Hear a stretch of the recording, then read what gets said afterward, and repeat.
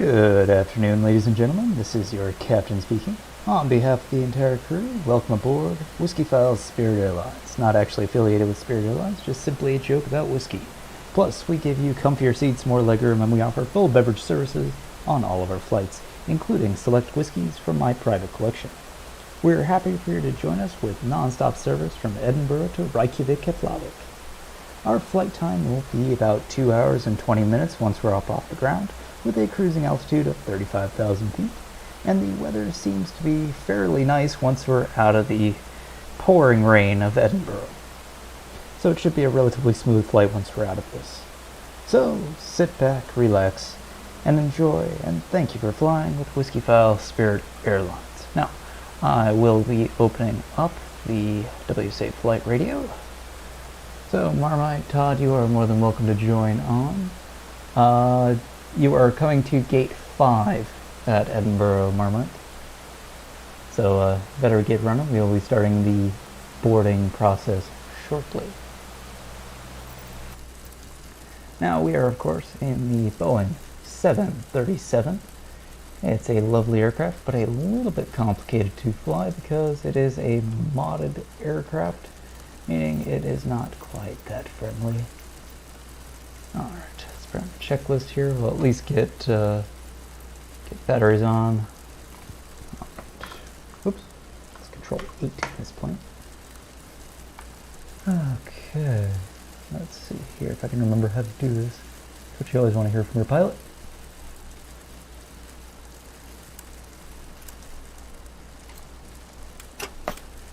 Hey, I do remember. Hey, happy noises.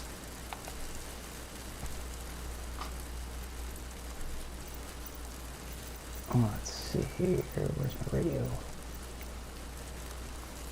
Put that over onto my other screen.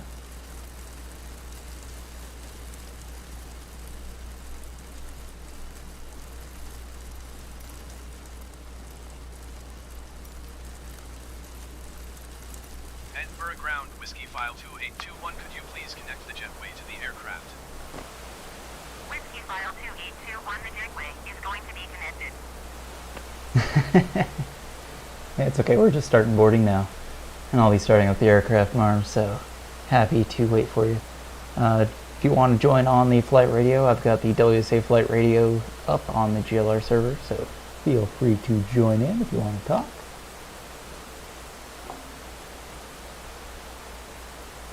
As the jetway goes through the plane, because that's how that works. It's fine.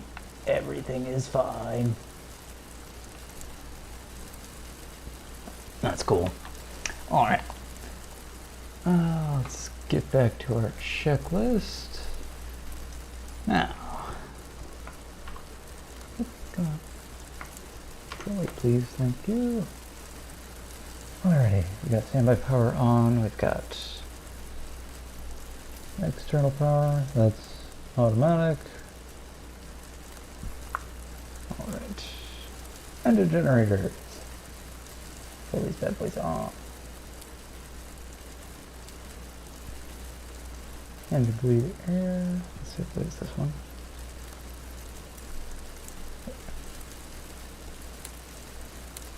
Here we are.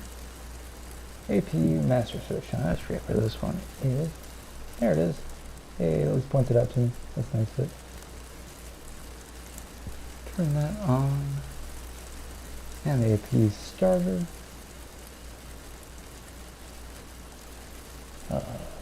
These guys.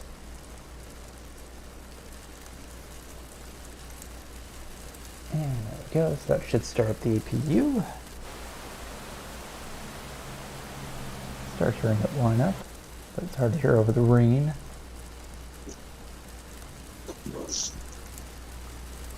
Oh, I hear Your Discord's really quiet. Hey, Marmite. Hello, Judy. Captain. How are you doing, brother?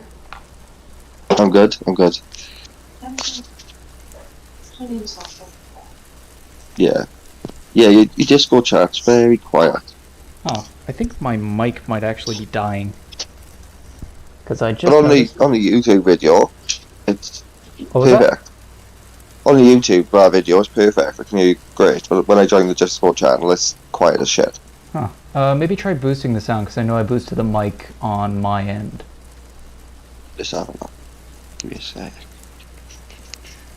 So I know the default one is kind of crap. Alright.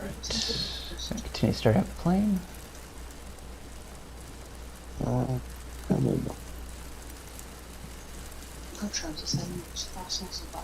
where are those? That's what.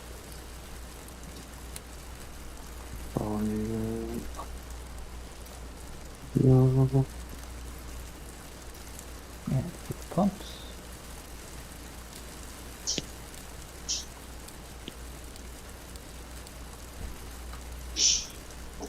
And lastly,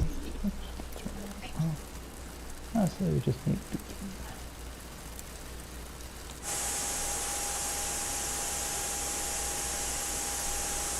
Yeah, I also noticed that my right earbud is starting to die, which is unfortunate. These aren't that old.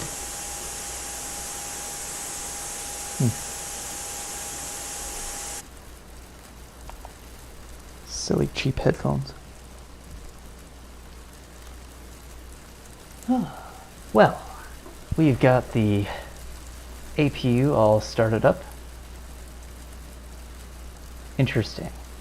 So yeah, I think it might just be my mic is dying. That could very well be it.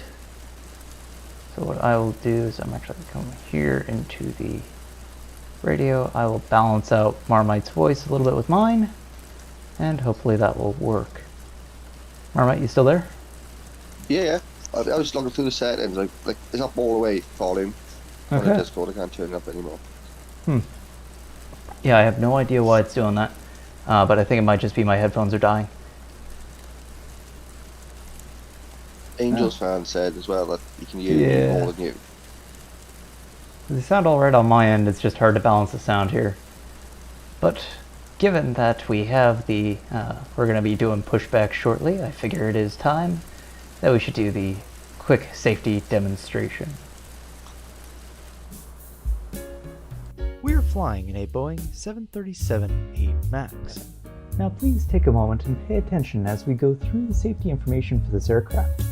When the seatbelt sign illuminates, you must fasten your seatbelt. Insert metal fittings one into the other and tighten by pulling on the loose end of the strap. To release your seatbelt, lift the upper portion of the buckle. We suggest that you keep your seatbelt fastened throughout the flight, as we may experience turbulence. There are several emergency exits on this aircraft, 2 forward, 2 over the wing, and 2 aft. Please take a few moments to locate your nearest exit. In some cases, your nearest exit may be behind you. If we need to evacuate the aircraft, floor-level lighting will guide you towards the exits. Doors can be opened by moving the handle in the direction of the arrow. If you are seated next to an emergency exit, please carefully read the special instructions card located by your seat. If you do not wish to perform the functions described in the event of an emergency, please ask a flight attendant to reseat you.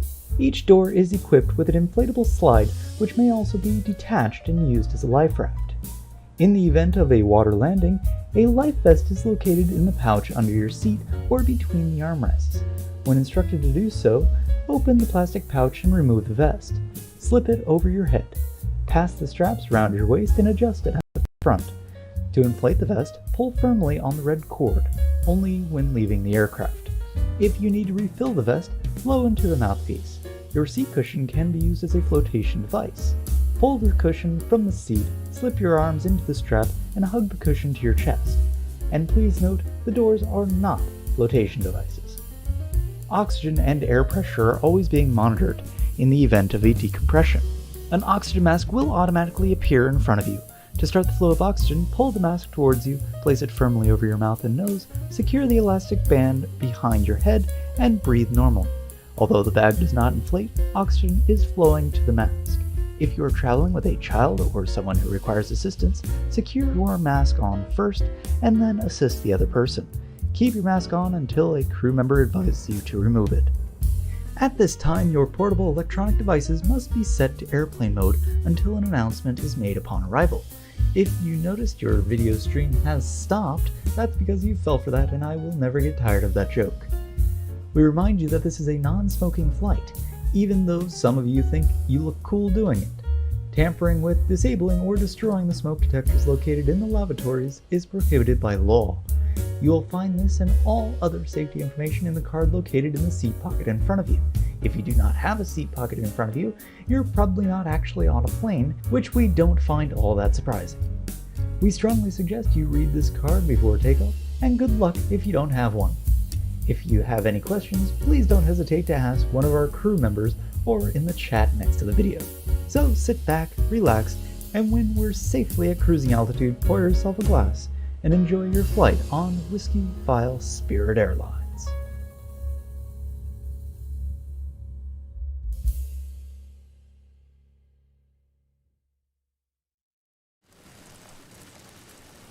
Well, ain't that fun? Alrighty, so I hope that makes my sound a little better. I did boost my mic a little bit more. Marmite, your audio is coming through my audio capture, so that might be why audio levels are a little bit different, at least in the video. Nice. Hopefully that should do it some. Man, it is really low on my end. When did it drop? 24. There we go. Okay, that should be better. Okay, so hopefully I'm not blowing things out too far, but hopefully that should sound a lot better. Okay, now let's, we will be pushing back shortly. At this time, make sure your seat backs and tray tables are in their full and upright position, and that your seatbelt is correctly fastened. Man, I made that mistake twice. Flight attendants, please prepare for gate departure. And if I can remember where the seatbelt button is. Aha, it says fast seatbelt. Sorry, Marmite, but this is in fact a no smoking flight. So you might have to step outside in order to take a smoke if you're in need. I can go on a wing, yeah? Yeah, there'll be a seat there for you. Happy days. Edinburgh ground, Whiskyfile 2821, could you please disconnect the jetway from the aircraft?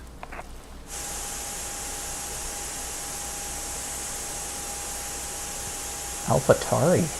Interesting. Didn't know they had a plane.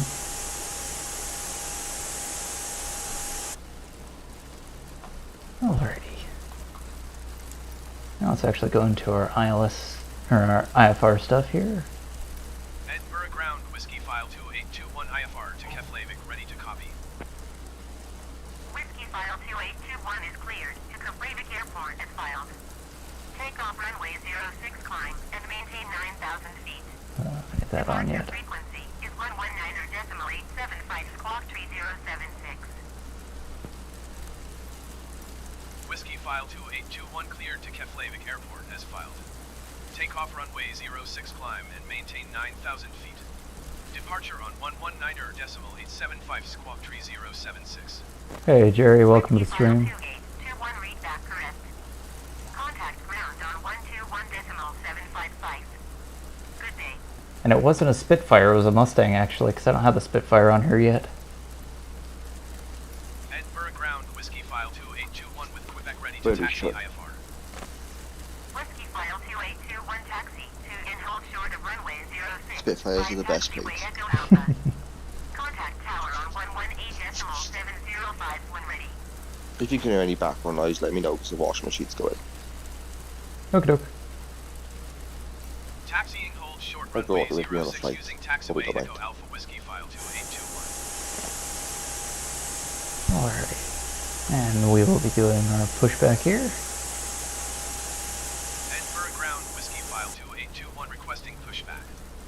Whiskyfile 2821 pushback. Request. Didn't want to do Ooh, that. This one.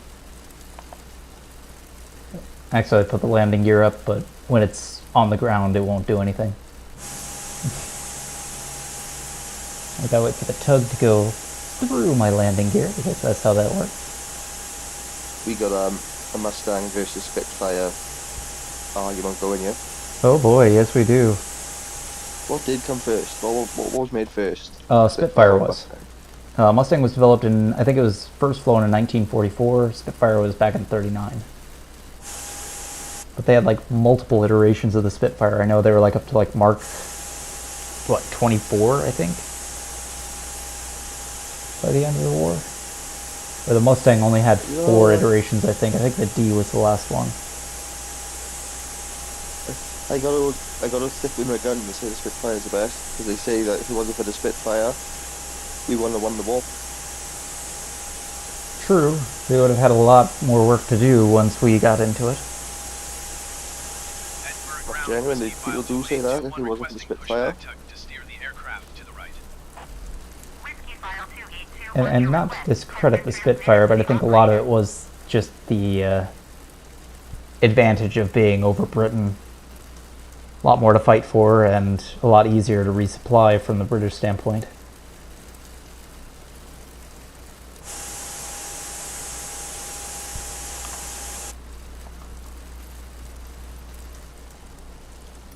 Edinburgh ground, Whiskyfile 2821 requesting the end of pushback. Whiskyfile 2821 request to end pushback received. All agree they were both good fights. Oh yeah, they were fantastic. Because they're basically on the same side, so they were both good. Mm-hmm. Alrighty. Let's get these engines going. So, thrust levers are at idle. Engine mode selector. Let's get these guys. Turn off the starter. And engine master. I don't remember where this is. This guy? Yeah.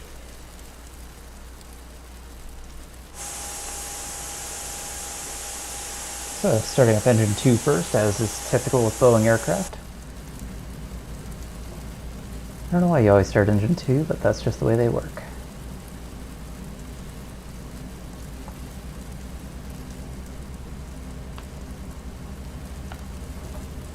I'm going to set this to 9,000 feet.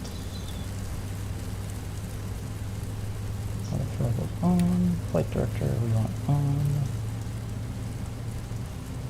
Oh, that's fine. Yeah, he's lucky. I'd love to go with a Spitfire. He's beating a 2-seater one. They are pretty unruly aircraft, though. They're pretty hard to fly. No, I won't want to fly one, just go in one. Yeah, that'd be fun. Yeah, especially with someone who actually knows how to fly it. Because I would hate to crash one. Oh, yeah. Oh, definitely. Have you heard of a guy called Guy Martin? Guy Martin. Sounds familiar. He does, in the UK, Isle of Man TT, the bikes. Oh, okay, yeah. But also, he's a great mechanic. Mechanically minded, he's awesome. He's had lots of TV shows. And he has an engine from a Spitfire mounted on like a special trailer that he just keeps because he loves the engine. Huh, that's cool. And just like pulls it outside and starts it up, revs it and puts it back away. What the heck? Stop. Visibility, dew and heavy rain. Oh. Sky condition, ceiling 1,000 feet overcast. Temperature. Oh, that's what I clicked. Oops. Like one. Clicked ATIS as the weather information. Did not mean to click that. Alrighty. Well, we got engine 2 started up. Turn on engine 1. That was very accurate, by the way. Yeah, the Something weather's like that in Swansea all day. Yeah, the weather out here in Edinburgh is not great, but maybe I'll turn on the wipers. It's not really doing anything.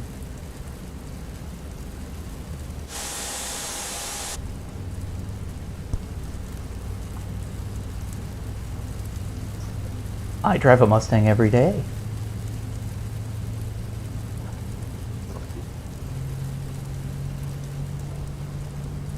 So imagine a Mustang with a proper P51 Mustang engine in it. I don't think you can fit it in there, but yeah, there's a little bit of blue sky right there. Just a little bit. Not much. Alright. Engine 1 is... See now, I've seen more Mustangs now recently around here. A lot of them around here now. Well, they sold them with right-hand drive. Yeah, yeah.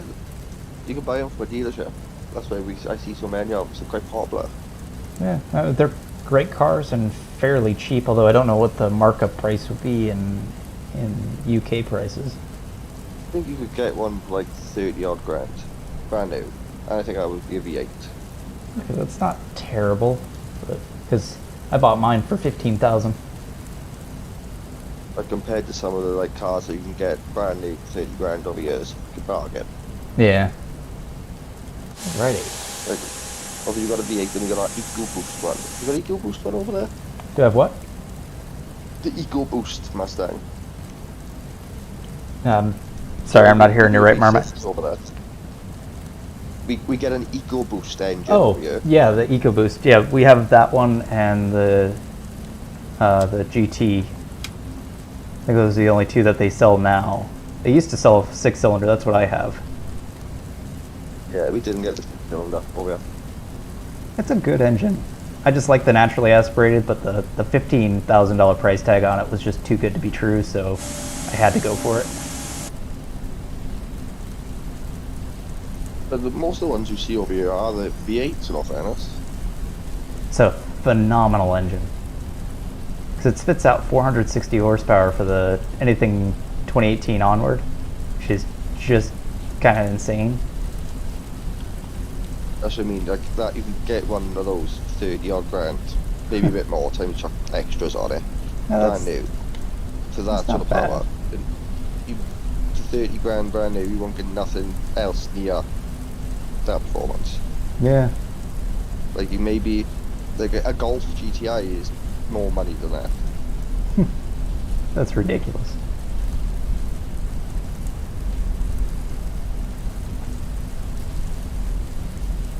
Alrighty. Switch that out. Cigarettes, or maybe my mic, you know, the washing machine doesn't interrupt to take off.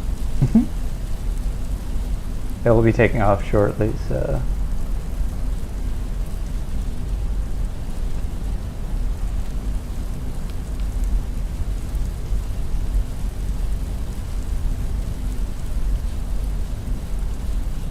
Just taxiing down, getting in position.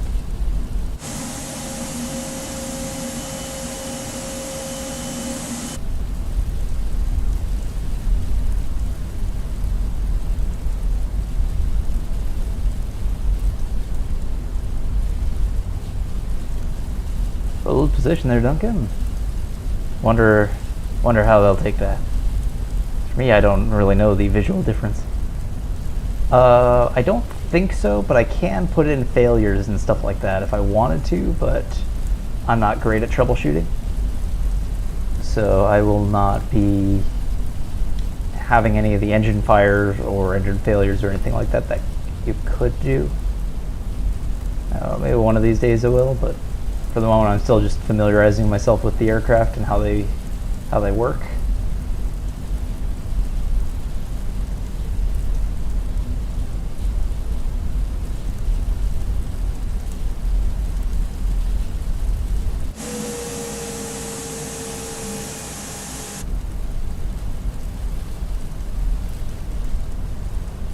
Yeah, and plus it's stressful enough trying to land these things. Oh, I should have actually turned on my taxi lights. Oops.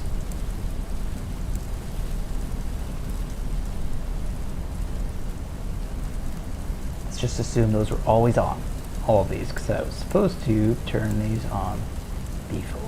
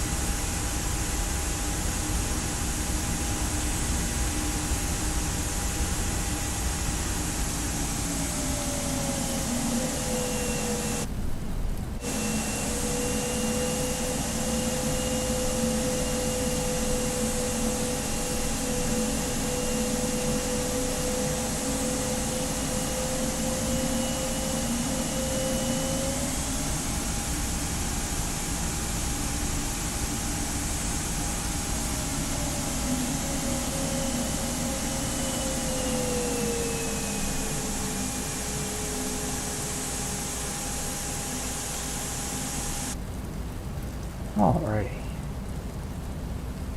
Actually, I don't need the wing lights on. Logo lights. That's fine. Put the flaps down.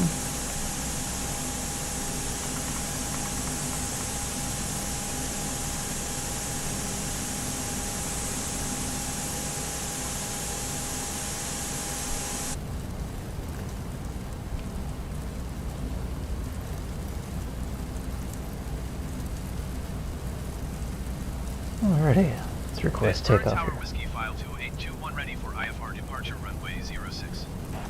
Whiskyfile 2821 altimeter 29er decimal 12 wind 031 at 7. Cleared for takeoff runway 06. Cleared for takeoff runway 06 Whiskyfile 2821.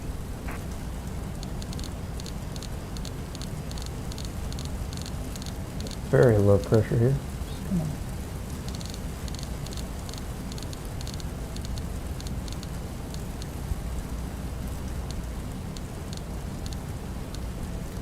okay, think that.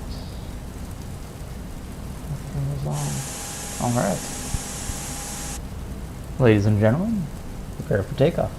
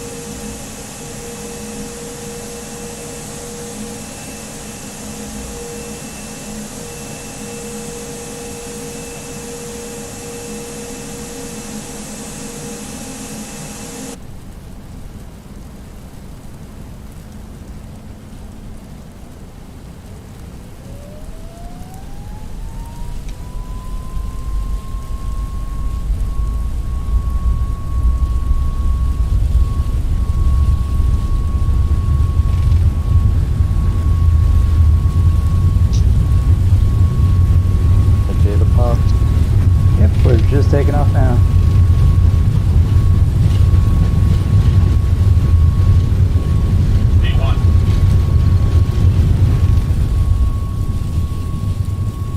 We go.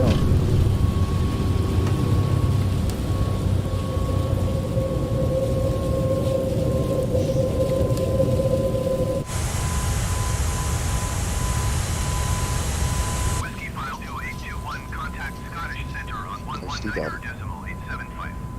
Yeah, that was a fairly smooth takeoff. 119er decimal 875 Whiskyfile 2821.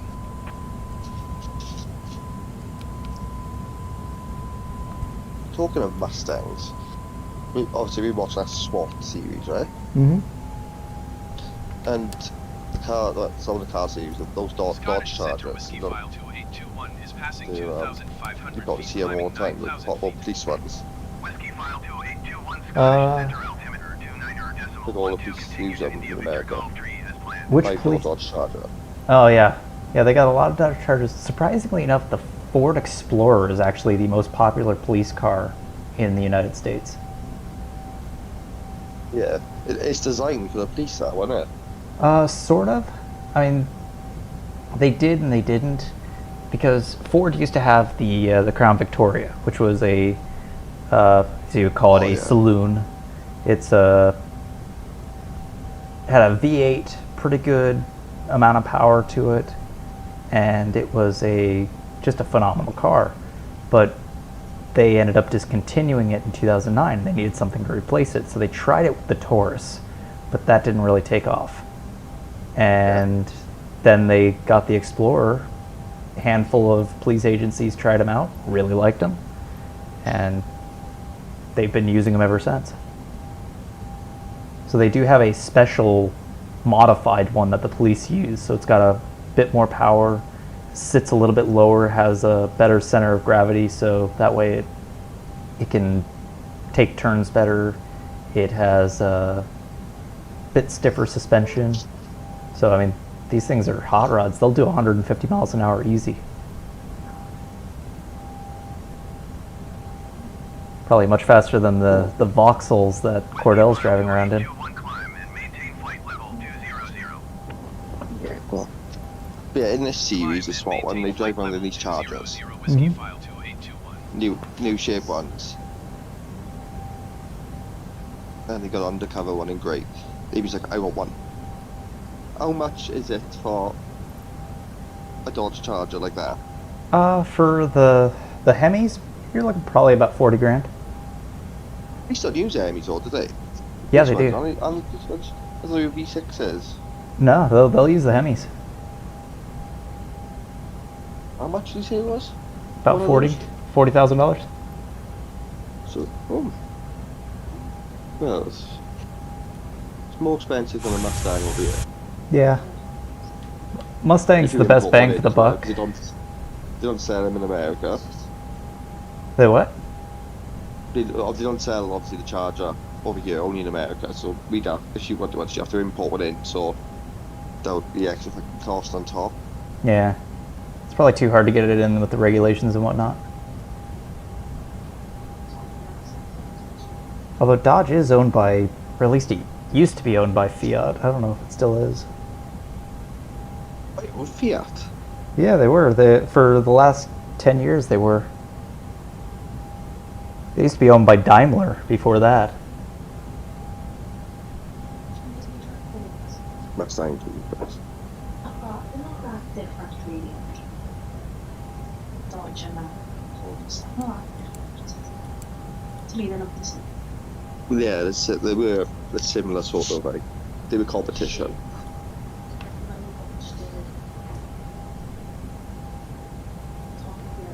Let's turn off the APU. Yeah. But that Charger you see on the show is 5 though.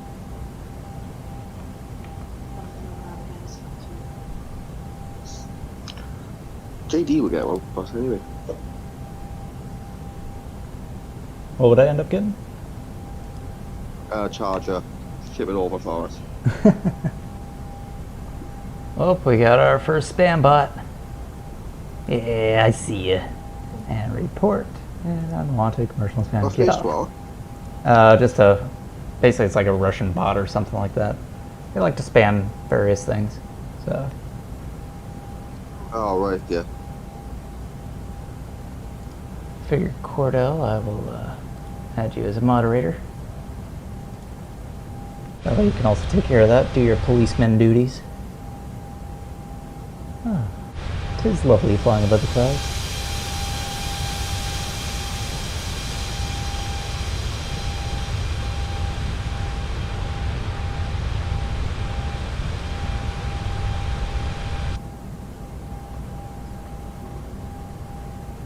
Ah, sweet Cordell. Happy to have you on when you do. Oh, and we are now above the 20,000, or above the 18,000 mark, which means Whiskyfile 2821 climb and maintain flight level 260. Oh, I want to be Climb and maintain moderator. flight level 260. Whiskyfile You take Cordell. 2821. here, 260. Oh, just gonna zoom out, that's cool.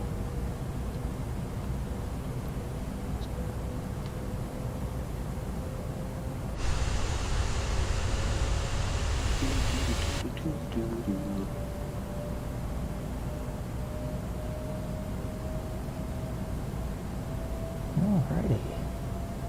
It's actually quite pleasant up here once you're above all the rain down there with you guys.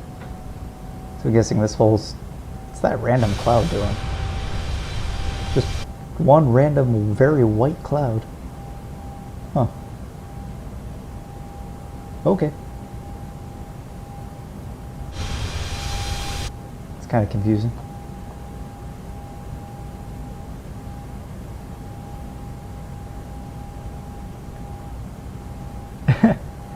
I don't know if it's cloud glitch or if it's just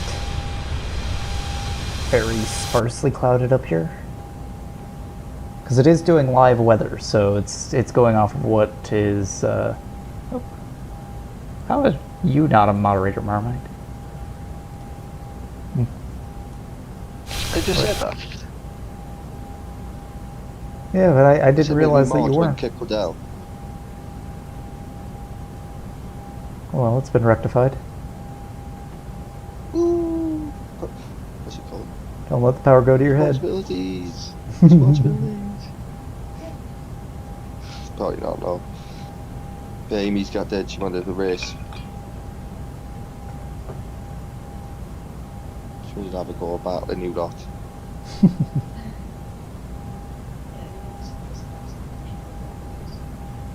Oh yeah. She has her own custom Ferrari as well. Ooh. Well, yeah. It just says darky on the side. No, it's good. I just add BT to it. Yeah, it wasn't bad weather there, Jerry. Just rainy, so that's why it's pretty easy to take off. There wasn't even any restrictions on it or anything.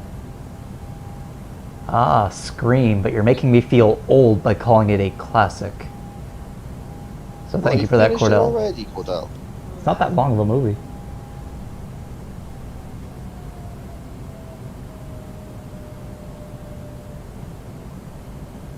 Open the window, see what happens.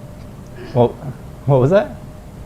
Open the window, see what happens. No, I can't. These ones are locked shut. I can't open them. Only thing I can do is flip down the heads-up display with it. 2821 climb and maintain flight Those level windows actually open, yeah, in real life. I think in real life they do. Climb and maintain flight level 320 Whiskyfile 2821.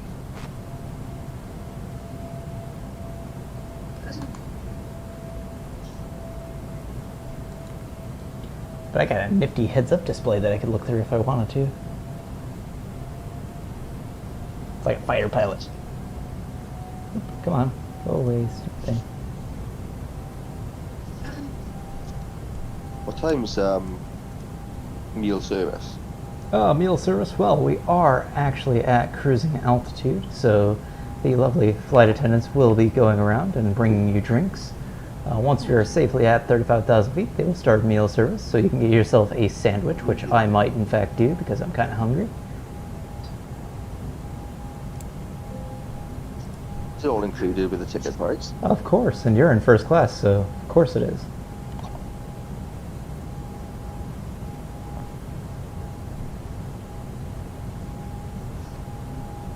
For the folks in economy, though, your snacks are included, but your meals are not. You would have to...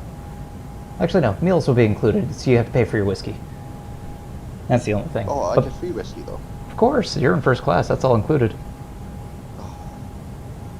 And Amy's with me as well. She is more than more than welcome to partake as well. So we get free whiskey.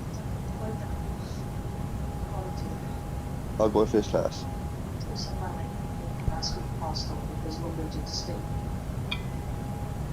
You'd have to go like Yeah. Virgin. Yeah, I've never flown first class.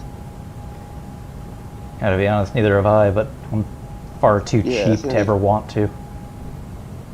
Yeah, economy business, then first class, innit? Yeah, it depends on the aircraft and the airline. Some of them, like Southwest, which is a United States-based chain, they only do economy, and so the whole plane they fly exclusively 737s, and so their whole shtick is they're basically a budget airline. Every seat is economy, and you just pretty much get to choose your seat and you go. Where some other ones, they'll do first class and economy, they'll sometimes do first class business economy. Just depends on how big the plane is and how they want to operate. Yeah, a lot of those flights, well, especially in the UK, unless you go long haul or like that, just one class. Yeah. You're all rammed in. Yeah, that's common for budget airlines and stuff like that. They need butts and seats. Some get like the long, not America, like say the Egypt one, that meaning we would be going on. Mm-hmm. You don't get first class, but you got extra leg room, Yeah. so it's the same seat, but it's just a a little bit further away from the seat in front of it. Cordell, it is the WSA flight radio. Just scroll down to the bottom, Expensive. Climb and maintain flight level and you'll find the radio there. Whiskyfile 2821. Yeah, it's a PP, and I don't know what's terrible. The accent car. Oh yeah.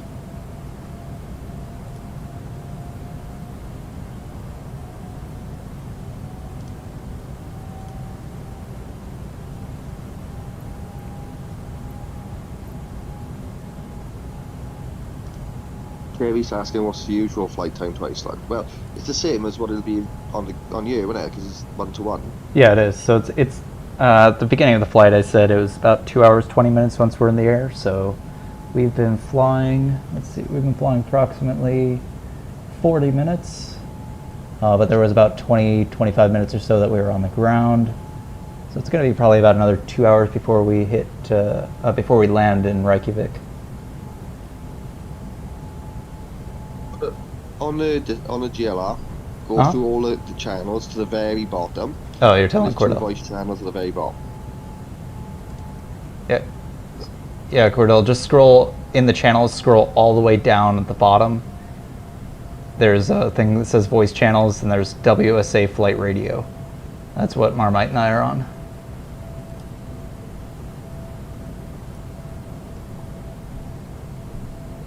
And if you're wondering what I was looking at for the flight time, I've got a clock here, which is quite nice. The 777 that I was flying before did not have that. We have a good faithful flight time for this, which is pretty cool. Oh, and we got a Cordell. Now we're in business. Welcome, sir. How are you enjoying the flight so far? Swear, my food, mate. I'm starving. Well, you can ask one of the nice flight attendants for a sandwich or a wrap or anything you fancy. Amy, where's my food, babe? Okay, wait there. Wait there.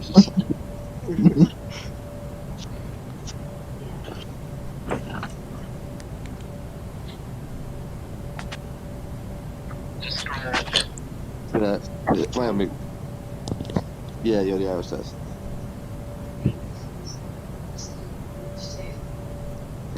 You do want a cocktail anyway, and I'm fair cock. Hey, who's on average, you know, so like, wait a minute, No, we're first class. We don't get that crap. We get the premium stuff.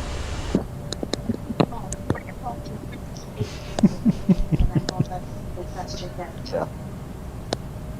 Still the frozen veg, right? The frozen veg. Pot noodle.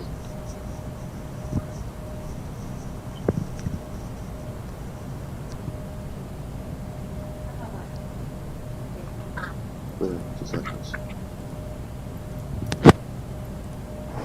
Don't have to video with that. I'll put it back on. There we go.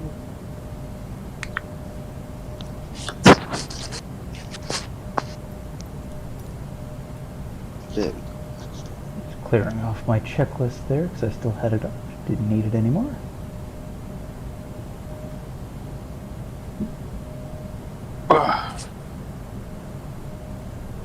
I'm baffled how Cordell managed to get on the plane. How does security let you on? I'll just show my warrant card, mate. Using his powers there.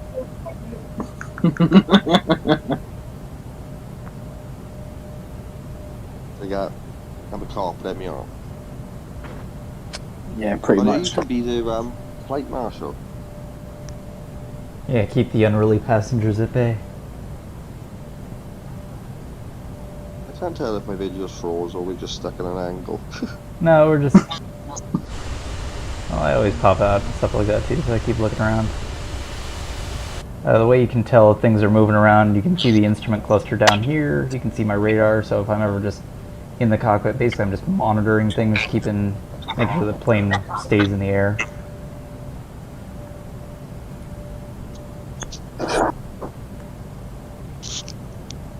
I got a bit of a Speedo's a good crosswind bathroom. coming at us too. How's Lola doing? Oh, she's grumpy. She hates us. Honest to God, she's saltless when you put it on. Well, I mean, wouldn't you be salty too if you had to go through that? And I mean, you're already emotional at that time of the month too, so. Oh no, she brought herself. She sits on the sofa and just looks at it with the puppy dog eyes.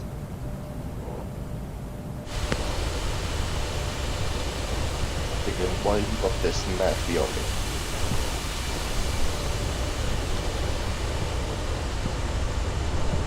I'm just so glad I got a week off work. Rub it in, thank you. Some lovely scenic shots here. It's a very good looking plane. Thank you. Do you book the week off, or is it just the way your shift works? Because I'm now technically a schools officer, so when schools are off, like half term and summer holidays, I'm off as well. Nice. Yeah, so it's decent. So I've got a week off, obviously this week. Next week I've got that 10 days off because I had some annual leave which I had to take. If I didn't take it, I'll lose it. And then in April I've got 2 weeks off because of half term. God, let's see 6 weeks holiday and get the fucking full 6 weeks off. Yeah. So I can't really complain, mate. And it's also during that 2 weeks off, that's on my birthday as well, so I'm not working on my birthday, which is nice. That's nice. Good game.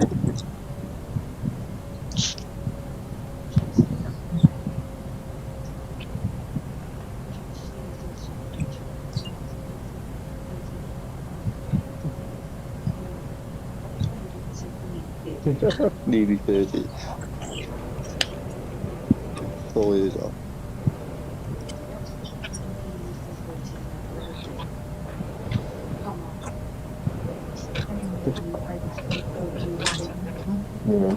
Amy just got called nearly 30. Age of 26, she's nearly 30. Mate, I'm fucking... How old am I? I'm turning 31 in a few months. How old am I? I'm gonna be 30 in March. There you go. Everyone's turned to that age now. How old in March? 30. Well, how old do you say you were for Dell?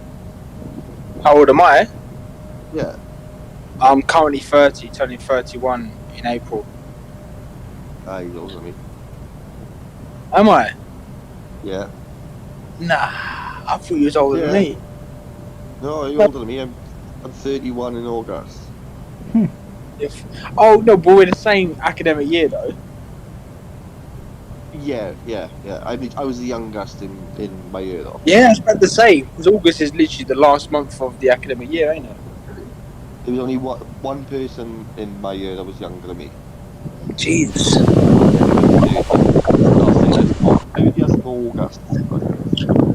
Bloody hell. Was 21st. And everyone else was older, so it was one of the youngest.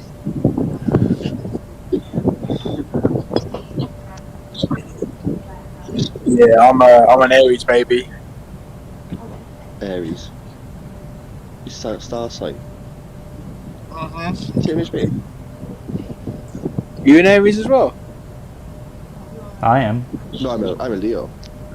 Oh, you're Leo. Jade, you an Aries? Yeah. My man.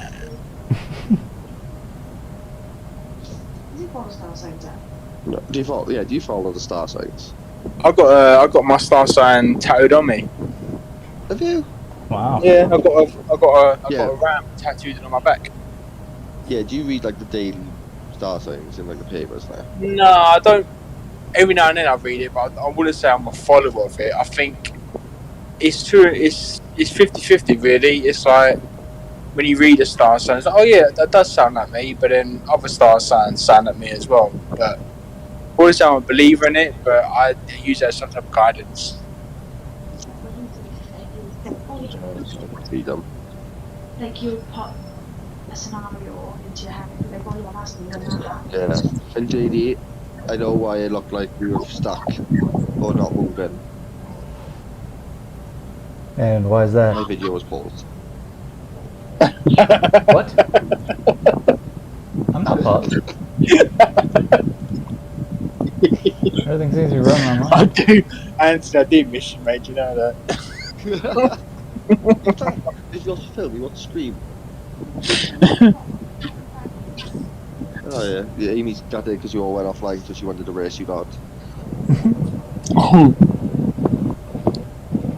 My mate's getting his M140i tuned on Friday. Nice. I like an I prefer. No, don't take us the wrong way now. Don't know if I do, but I prefer a 140 to a 240. Oh yeah, so do I. 100%. I don't know why, but I think if you're gonna get a 2 series, they should just get 3. Yeah, but the thing is, I've got the M2, which Unless is it's an M2. different animal to 240. And yeah, I was gonna say unless it's an M2. But if you're gonna get a 2 series, even if it'd be like the smaller ones, to me, just get the 3 is more practical. Yeah, or just get a 1 series. It's better Oh looking. yeah, 1 series. Yeah. For me, the 2 series, if you compare 2 series to like an M2, it's like you got a kid who hasn't hit puberty, and you got a kid who's basically took steroids for the past year. It's just completely different. Yeah, I don't know why, I just prefer the 1 series as if the M140s. Obviously you can't get an M1. No, but yeah, he's getting it tuned. It's going about I think it's going to be around about 410 brake, something like that. Yeah. Pretty good amount of power. Well, don't ever buy a BMW, the more expensive to run. Oh, BM's expensive. Cordell back me up there. Cordell's the city, but Cordell's the city. Yeah.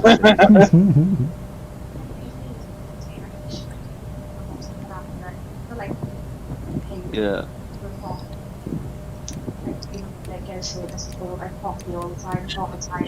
You will be getting a remap. Might have to, yeah. No, Cordell can run budgets in his car.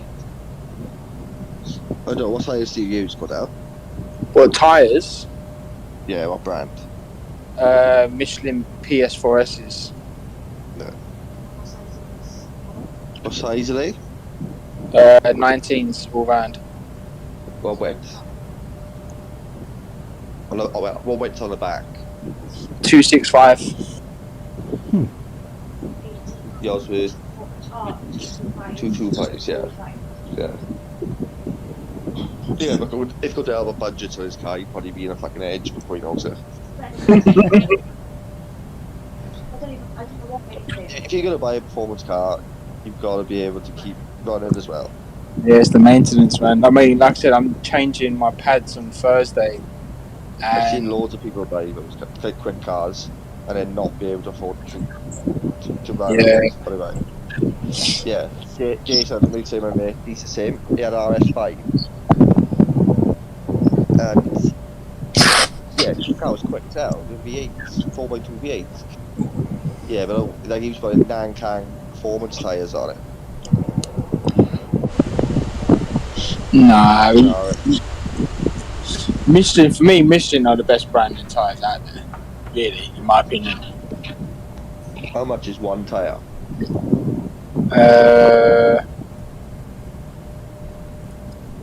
Well, a set. It's difficult to say. A set of 4 cost me about 900 quid. 900 quid for all 4. Yeah, you do all 4 at once.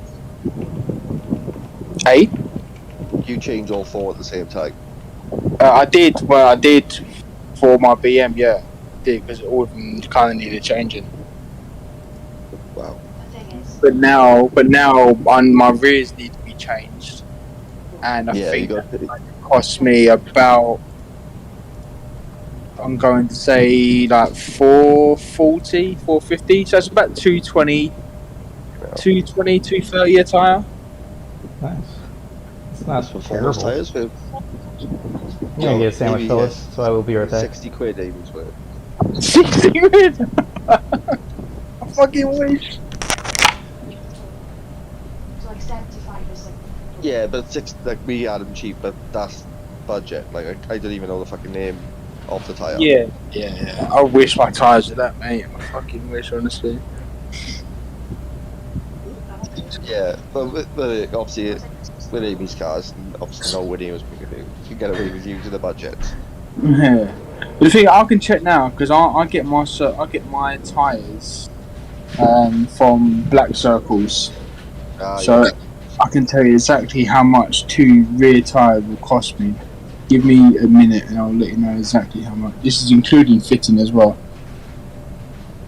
Where are we at?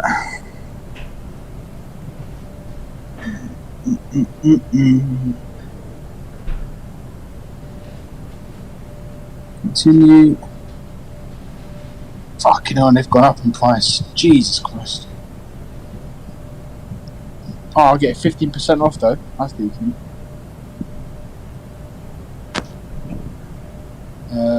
Code is PS Deal. Okay. PS Deal.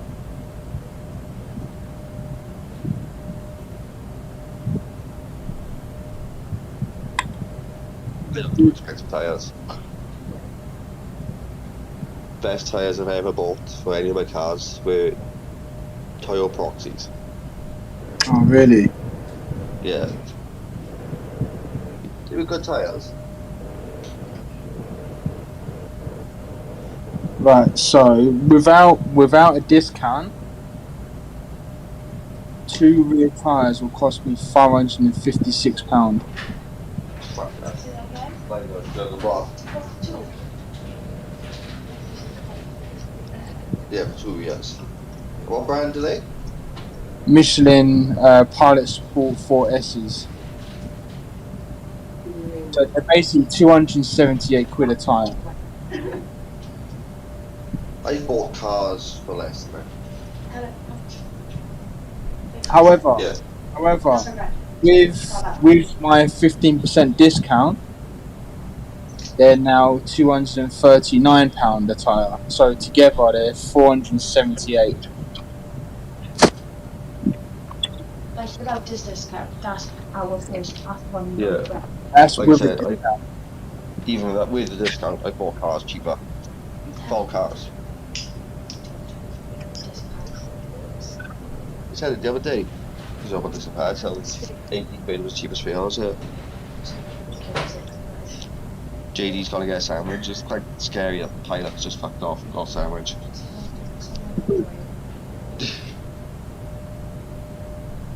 So now I'm Yeah, going to say it costs to do all 4 tyres. Let's see. Cars are too expensive.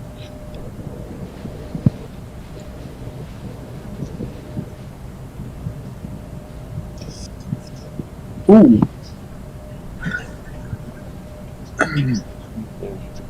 That he works to sit at school on holiday, eats on holiday.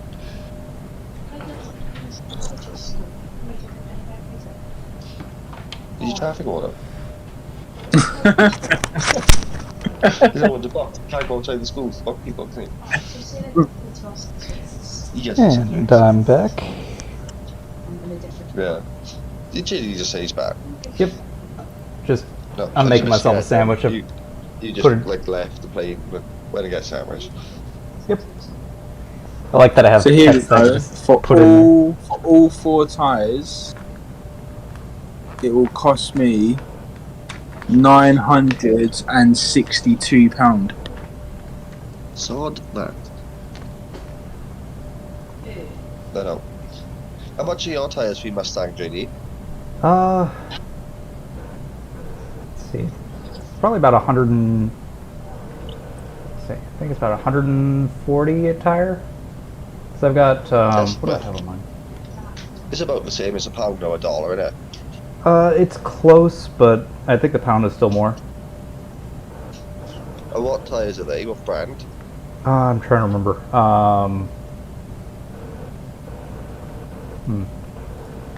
I just can't remember offhand. I don't know why it slipped my memory. Big, like, not a cheap one. I guess it's on my No, they're Tiny decent. one. I think they're Yokohama. I think what I have on mine. Well, that's not too bad. Mm-mm. Yeah. But yeah, that's not too bad, that price. Yeah, they just with fucking what? I can't remember the names on them. Jinglings and fucking all sorts of fucking names on the tyres. Sun Force and stuff. I've seen all different names, weird names like on these cheap tyres. Oh, they're right, yeah. Yeah, when you go into the cheap brands, the names like they come up with, I've never seen before in my life. Jinglings, Sun Force, seen them all. Well, it's 'cause they're all coming out Continentals of ain't China. too bad. Goodyears ain't too bad. Well, anything that has a racing pedigree are usually pretty decent. Yeah, Pirellis are okay, but the P0s are shocking. Like they hype the P0s up to be like a really top tyre, but in like the car industry, particularly in the UK, I don't know about the US, but particularly in the UK, they do not rate the P0s at all. Yeah, the Toyos that I had, Toyo Proxies TZ1s or something like that, I can't remember. They were a good fucking tyre. I had like a Corsa red top at the time. A 2-litre one in a Corsa. And those things, they like the front wheels up for fun. Any red top, like so powerful, the car's so light, they just wheel spin for days. But these Toyos wouldn't let my car wheels spin. Jesus. Just too much grip. In a way, I was gutted. Because it's always good to have a car that just wheel spins everywhere. Yeah, until you put it in a tree. Like a Corsa red top back in the day was the ultimate champ car. If you had a red top, you were the boy. It's just crazy how expensive tyres are. All it is rubber, but then they do certain cuts, and because of those certain cuts, they charge like twice the price as other brands. It's mental. Yeah, like when I had loads of cars, I used to like swap them and stuff for other cars. But then again, And it was like, you're also thinking about the different compounds of rubber too, because I know they do a lot of research into that stuff. Oh, of course. I mean, don't get me wrong. I know it's not just the cuts, but still, just think about it. It's rubber. I guess they do loads of testing, but it's just very expensive. Very expensive for tyres, for rubber, basically. It's mental. I was going through cars back when I was younger, swapping them. I didn't buy a set of tyres for like 2 years because I was swapping before I need a set of tyres for it. So if I could see like I get rid of this car, I was swapping for another car. Then I'd use that car for a bit, then I'd swap it for another. It went like years without buying tyres for any cars. My old man taught me, which my granddad taught my dad, and he said the best thing you want in a car is good brakes and tyres, because that's the thing that saves your life. Yeah, amen to that Air one. conditioning. When I was younger, I didn't listen to that, but as I got older, I started to appreciate good tyres and brakes. Oh yeah, when you were younger, you just run those cars on a budget. Yeah, 100%. I used to go to when my first Fiesta, I used to go to a garage, but I'm like, bruv, give me some second-hand dusty tyres. Do you know what I mean? I spend like 30 quid. Do you know what I mean? I used to be the same. And when I had my first ever Corsa, little shitty car, right? You always lower hell out of them. And on a Corsa, when you used to lower them, the front wheels used to camber automatically. So you had like negative camber on the wheel, so they used to like poke in at the top and out at the bottom. And the problem we'd have is that the outside of the tyre wouldn't even touch the floor, but the inside of the tyre would rub like hell. So you put any set of tyres you put on there, it wouldn't last 2 seconds. They'd look mint on the outside, but in the inside they would be knackered. So I got pulled by the police once. Yeah, yeah. I knew for a fact that my tyres were knackered. Because when we were going down the road, there were sparks coming off. Good lord. Because of the cords that are inside the tyre. Gee, yeah, I happened to my Fiesta one time. I got 3 points for my tyre. Yeah, there was sparks coming off both the front wheels because the insides were that knackered. But because of the camber, the outside looked brand new. Yeah, honestly, it's carbon copy what happened to my Fiesta SC. Lowered it, is on a camber, and the outside looked sweet, but the inside, you could, as you said, you could literally see like the metal in, whether that metal is, like the metal in the plastic was showing it is fucked, like really, really bad. When he pulled me over and he was checking the tyres, guys, he checked my back, so I'm like, I am fucked, there's 6 points sitting there now, because I know for a fact that the fronts are completely knackered. So he put his hand on the tyre, but he only put it on the outside. Okay. Because if he had put it on the inside, he would have cut his hand to bits, that's how much wire was on show. Didn't he get you to turn the wheel though? No, he just put his hands on it to check. Was it a normal police officer or traffic? Traffic, but it was like 2 of us, he pulled at the same time. Ah, you're lucky then, mate. Literally, I was like, there's 6 points sitting right there. And he only put his hand on the outside. It was like, biggest sigh of relief there, you know? Oh, that's Man, that's crazy. Because, like I said, they were that bad. They were sparks. There's sparks coming off the tyres from the metal. This is the difference between America and the UK is, again, correct me if I'm wrong, JD, but it always sounds to me that in America all you really get is fines. You don't really get points in your license. It depends on like minor infractions. Yeah, you'll just get a fine or something like that. Something major, yeah, they'll take points off. What's major though? What's classified as a major? You know, reckless driving, speeding. Like if you're really hauling ass, yeah, they'll definitely ding you for a lot of major things. But for like let's say, for instance, for you, Marmite, your tires there, they wouldn't mark you down for points. They would just tell you, get this fixed. If you get it fixed, you won't even have to pay the fine. You'll just get it fixed. But as long as you report it in time. You'll get points and a fine. You get 3 points for every tyre. Yeah. So if all your tyres are bald on your car, you get the 12 points, you're banned. That's it, and then your license gone. Good lord. How many points do you get in your license, Shady, before you lose your license? I don't know offhand. See, that's what I'm saying. The fact you don't know, it shows to me that it's not like a thing. Yeah, we know in this country. It's not that big of a deal. Points. Bye-bye. Yeah. License gone. Unless was it the first 2 years you only allowed 6? Yeah, it's first 2 years. If you get 6 points in your license, then kiss goodbye. When you first pass your test, you got to behave. Do you want to hear something crazy? Go on. My mate who I work with, he is looking at about 12 to 15 points on his license because he was doing about, I think it's about 50 or 60, and he got caught by about 4 or 5 average speed cameras when it's meant to be at 40. So he's looking at maybe losing his license. But best case scenario, probably like a 6-month ban and a fine or whatever, and maybe 6 points. So yeah, average speed cameras. One of my mates done that, got pulled. I'm gonna be right back and go grab my phone. Because it's like if you're doing anything double over the limit, that's it.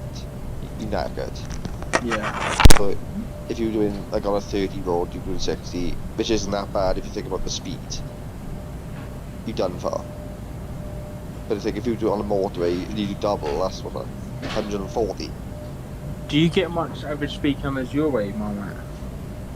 Not so much. Get them on a motorway. Yeah. They're bloody everywhere where I'm from now. Not around towns. Because we know all the speed cameras anyway. Unless it's a van, but again, you know where the van's parked. So you're always very cautious. Or just get Waze on your phone and it'll let you know. I got the first ever speeding ticket I had, right? I was gutted because at the time we had a Corsa which was quite quick. Yeah. It was a modified, but it was a quick car. And I got done by a speed cameraman. Now, back in the day, I didn't give a sod about the speeding limits. I would just drive whatever speed I wanted to till I come to another car.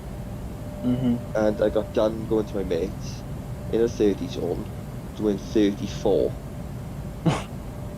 Now, that was not even like trying, and that car was not even trying the speed. That car was more capable. So I was thinking, first ever 3 points I had, and I wasn't even trying the speed. Trying to speak crazy, innit? Like I got away with city speeds around town. Never once got caught, and I got done for doing 4 mile an hour over the speed limit. I was tamping. No, dude. My So I never had any points for speeding Amy Bear. Pretty yeah, true. my first speeding offence, I was within 6 months of driving, and I got done by the gunman, and I did 60 and a 30, and I also got done for failing to stop for police. Oh, the fuck do you do that? That's... Yeah. And you somehow got to be a police officer? So yeah, so I went to court, and they gave me no points, but I did get a 2-week ban and like a £200 fine. So I'm a very lucky boy. Let's go back to the story. In the stop. Yeah. So, was it a flat out police chase? No, it wasn't a flat police chase. Basically, so I got a gun, and it's me, my mate, and 3 girls in the car, and I got zapped by the policeman. So I stopped maybe about 50 to 60 meters in front of him, and when I got zapped, I was like, I knew I got done, but I was like, oh, fuck it. So he was flashing me, maybe wanting me to come back or whatever, and I thought, nah, fuck this. I just drove off. Just basically drove off. Yeah, basically I was like, oh, fuck this. I'm gonna go home now. So then about a week later, I get a letter for the door, 6 in the 30, and failing stuff for police. What car was he with? I was in my Ford Fiesta. Jeez. Well, SC or just a normal one?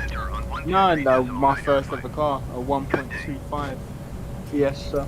Going to 123 Where? Desmond Snyder, 5 Me and my Whiskey mate, File 3 282. girls in the car, around sort of Essex way, Friday night or Center Saturday Whiskey File night, whatever it was. 2821, flight level 350.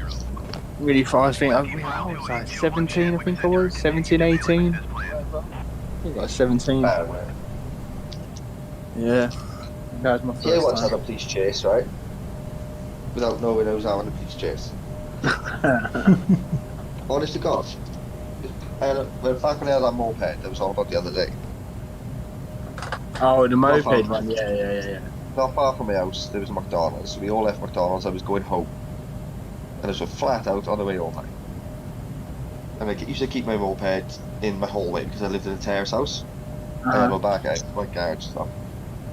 So I was like literally flat. I was only about 2 minutes away McDonald's from where I was living at the time.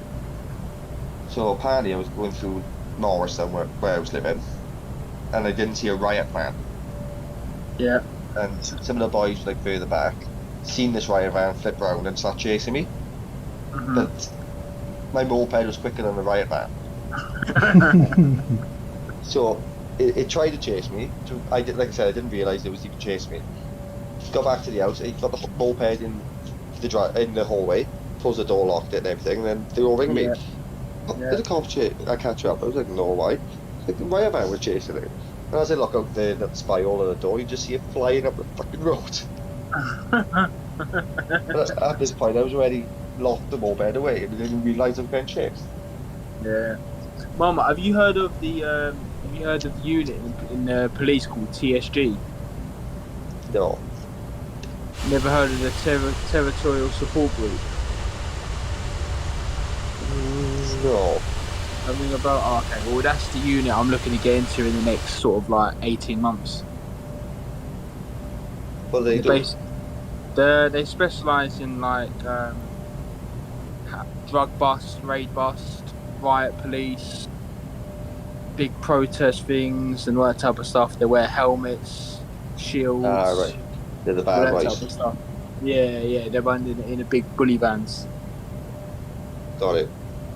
And they get called on like the boroughs, any borough of London, if any crimes are getting out of control. So they come in the scene and just fuck shit up. That's how boring it is in Swansea. We don't even have the big riot bands on it anymore. Do you not? Another one's like with the big thing on the front where it goes over the windscreen. Oh yeah, funny enough, I was actually, we call those, what do we call those again? We call those carriers. We used to have loads years ago. They were all Mercedes Sprinters. You used to have Pretty like, much. the guards on the lights, like the little mesh. Yeah, that's Coming it. to life. Like a big cage thing over the front windscreen. For Swansea Yeah, we Police, used to have though, loads of them back in the day. But now they've just all gone. Like the only thing that we got is Ford Transits, which are not even the panda cars. That's what they use as a panda car. Yeah, I mean JD, to give you some sort of reference with the TSG, it's basically like a semi-skim version of SWAT. yeah, type of it's thing. riot control and whatnot. So that makes sense. But Marmite, the thing is, your police has been reduced mainly just to dealing with livestock because it's mostly sheep out there, right? Yeah. Literally, yeah. The two cars you get as patrol cars around here is a Ford Transit and a Peugeot. Like, and I'll be funny, any car, most cars can't run any of those two cars. I was in a BMW i3 the other day. You bought, what was that? I was in a BMW i3 as a Yeah, police they car. use those in London, don't they? Yeah. Yeah, around here it's just Peugeots and Transits. Unless it's a traffic car, we do have the BMs for traffic cars. Yeah, that's always Oh, yeah. or we call those the area car drivers in traffic always have the 5 Series BMs. That's 3 down there. Oh really? 3 series estates for the traffic. They have a couple of undercovers. They got 2 Seat Leon FR estates. New ones. They're undercover, but they're traffic. An undercover Mercedes Vito. Yeah. That is, if you see that flying around, that's bad news because that is, they go riots and raiding houses. No, you don't have. Yeah, when this is used for drug raids basically. I think we got a Skoda Octavia VRS, one of those. Only the one, and then we got a couple of X5s. But the X5s are armed police. Yeah, same over here. If you see an X5, it's the armed police force. You don't really see all of that quite much. You do see them, like, they do pull you over. But they're the armed police. And that's basically all we got. There's Swansea. Oh, I lie. Know where that airport you landed, JD, from the Goa? Played Swansea the other day. JD. Sorry, I'm eating my sandwich as well. But I'm listening. Yeah, you know where you landed in Swansea the other day? Uh-huh. All the, like, open land, the farmland that's around it. Yeah. Well, They've got one police car down there, for, like, the whole area. well, that's And usually the Ford typical. Ranger. Most of the crime doesn't really happen out in the rural areas, at least not that we know of. Apart from us, when we used to play Garawa. But, something that's interesting is in the United States, they tried speed cameras. And they got shot down in court. So they had to be removed. This is what I love about America. I swear to God. Well, we just have a general fuck you attitude to our government. It's nice. I like it. It's the way it should be.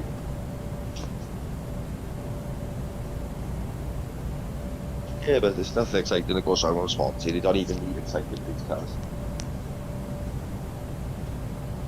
Did I tell you guys about the murder that happened on Monday? Did I tell you about that?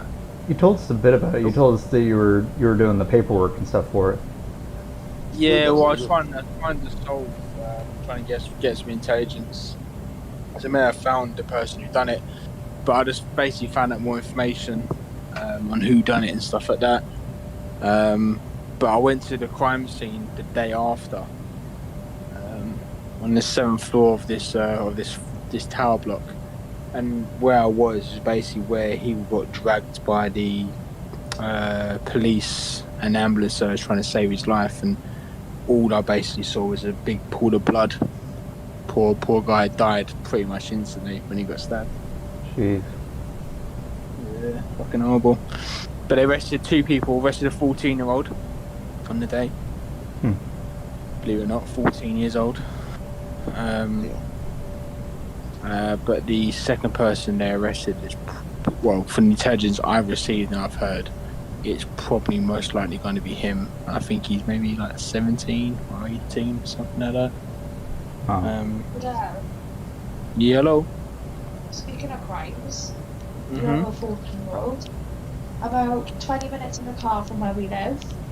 Yeah. About 3 or 4 days ago, 14-year-old boy got stabbed Yeah. by another fucking 14-year-old. It's crazy, right? Yeah, but like that's probably the first bigger thing we've had in ages, isn't it? Yeah, there's no people follow that. No. That's in, it's not the little things is what everyone gets saying about, isn't it? Mm. Somebody got pulled over because they had a fucking 10 bag of weed. Yeah. Yeah, it's all getting out of hand. I mean, it sounds bad, and it's not because I'm like, oh, I'm used to it, but it just don't surprise me. I mean, knife crime and murders and whatever, it's like to compare it to like 20 years ago was maybe like, you know, someone getting beat up badly, so like a GBH events. That's how normal it is now, like a stabbing.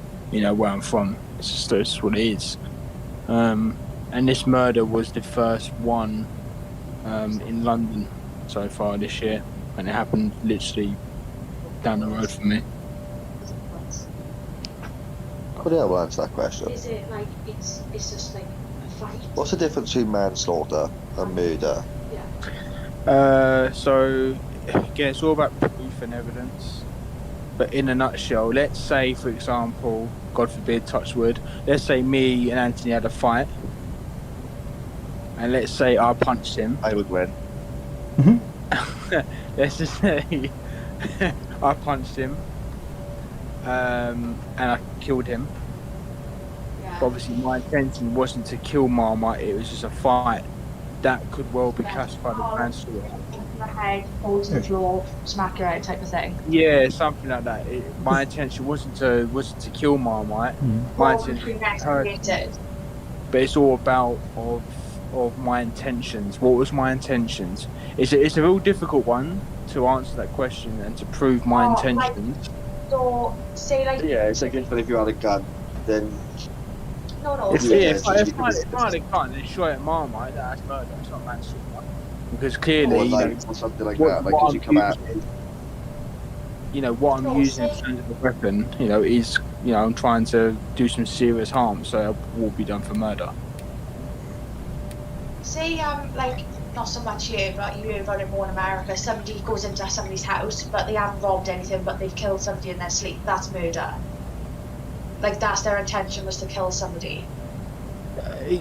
Yeah, I mean, if you try and simplify it, if I was if you was to come in my house, and how was I killed?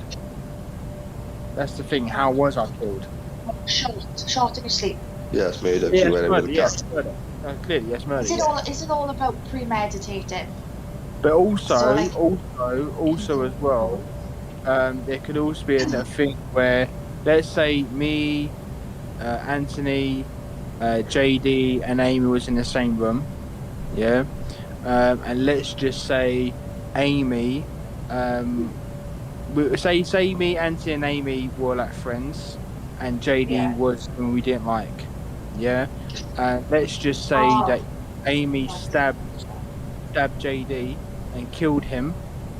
Yeah. How could you? Let's say me and Anthony saw it, witnessed it, was right there, but we didn't do anything about it in terms of contact the police or trying to help the victims or anything like that. How they prove that? No, that's another story. Me and Anthony could then get done over for like second-degree murder or manslaughter. I got you, and then I would be done for murder. Oh, You'll yeah. be done for murder. That's it. I got you. How dare you go in and stab JD? I know, that's just awful. I'm such a nice guy. I know. What a jerk. You asked the question. I know, what do you have against me, Amy?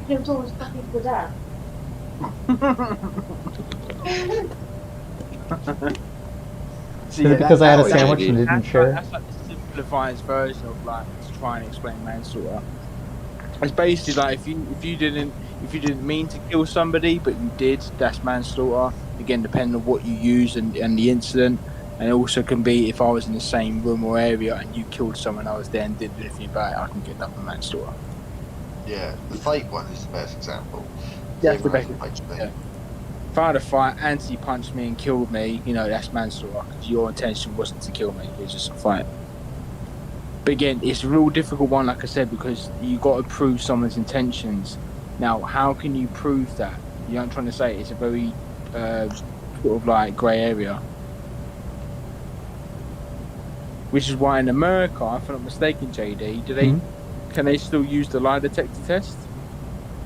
You know, it really depends. I think it's state to state you can. So like some states do it, some states don't. But it's really shaky because there's a lot of studies that show that that stuff really doesn't, it's not consistent. So they might not admit it in court. I think it just depends on what type of case it's for, right? Or whatever it is, if I'm not mistaken. Yeah, but What a dark fight this is. they typically avoid the lie detector just because of the unreliability of it. Yeah. And you got to think about the pressures as well that person's under, knowing they've even being asked certain questions, so they're probably going to panic, you know what I mean, type of thing. Yeah. Now, Cordell, I have a question. So, in the United States, in a lot of our major cities, we've been having huge crime waves. And part of the reason for it is our district attorneys, who are the ones that are usually bringing forth the prosecution.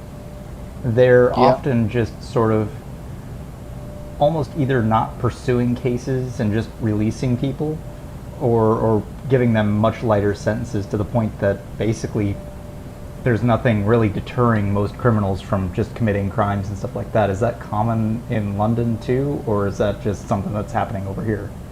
No, it's quite a regular thing, mate. So if we just go back a couple of years, what happened within a couple of years? COVID, right? So there was a big thing where there weren't courtrooms open and all that type of stuff. So I can't speak wholeheartedly for this, but during my experience and what I've heard is we call it the CPS system. The CPS, which is the Crime Prosecution Service.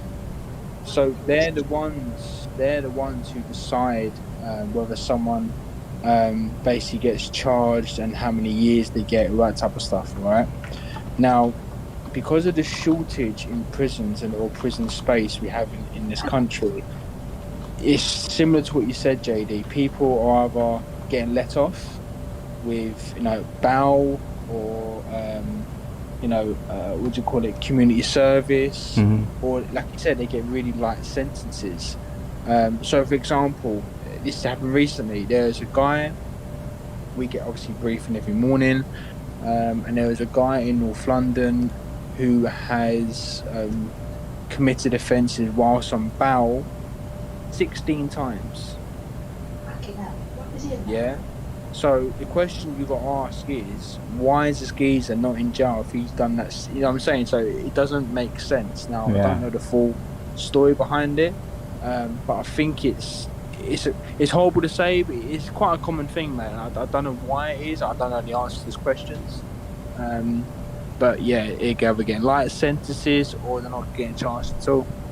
Well, there was a policy in New York City back in the believe this was either in the 70s or 80s. Yeah. So back then, New York was basically the cesspit it is now, where it's just riddled with crime.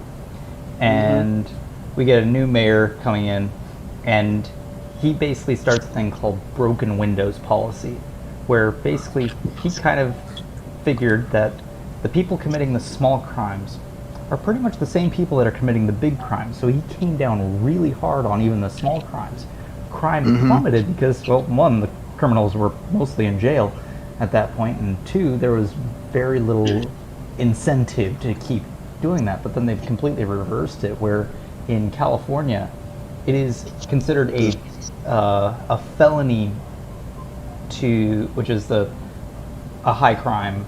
Basically, you would go to jail for a minimum of a year if you steal something above $1,000. And before that, it used to be a lot lower, but they've raised that limit. And so now we're getting these, basically people are just rummaging through stores, stealing hundreds of dollars worth of stuff, and then because it's only a misdemeanor crime or something like that, they're back on the street that day or the next day, and then they just do it again. It's right. So I should know it off by heart, but I can't remember that as you speak right this second. But if someone was to steal something, like if I was to, like I went to a robbery call on Friday. So I went to a robbery call where two males went inside a building site and stole a ton of power tools. So when I write the report, they always ask the question, was the value over £100? Yeah. Now, if it isn't, if I'm saying this correctly, if it's under £100, it's basically not in the public's interest, which basically means like it's not in the public interest for that person to get convicted because it's under £100. So that's where, if it's over, then that's where it's different. Then that's where it could be a criminal offence. Okay. Which is quite serious, really. We got Neil in the chat here. Hello, Neil. Hello, Neil. Welcome aboard, sir. Yeah, I got a scenario to run past you. Go on, mate. This, obviously, I know about it because this has happened to Amy. Yeah. She went to, well, you said about CPS, didn't you? Yeah. When me and Amy first got together, her ex-partner seen her not long after. A couple of weeks after we got together. Yeah, about 2 months. Yeah. Seen her in KFC car park. Kicked off, went back to, he was in his work vehicle at the time, went back to work, changed his vehicle to his personal car, come back and was kicking right off. Amy had to lock herself in the car and all that. Yeah. He slammed his car door into Amy's car door. Yeah. Dented the whole thing with mangled. Yeah. Anyway, went to court. He threats to kill Oh yeah, threats as well. TTK. So in my head already, there's potential public order offence. There's definitely criminal damage, and there's definitely threats to kill. Yeah. What would be the outcome if it went That'll to be all court? right. What would be the outcome if what? Sorry. Right. So it went to court. Yeah. Bearing in mind now there was CCTV. Yeah. I didn't get out the vehicle at all. Yeah. Yeah, threats to kill in public, Damage. criminal damage, and just Being a killing cunt, off, basically. Yeah, Yeah. that sort of thing, that'd be all right. What would, an outcome be? To court. The outcome be. Yeah.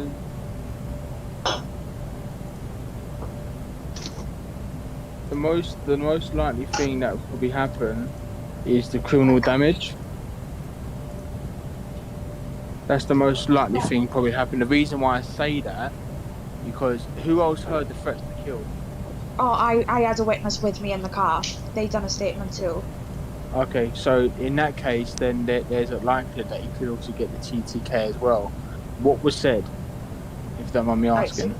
Right, so this wasn't seen on CCTV because he was in his vehicle at the time, but he Yeah. blocked me in, so his vehicle was facing my Hold on. my Sorry door. to stop you.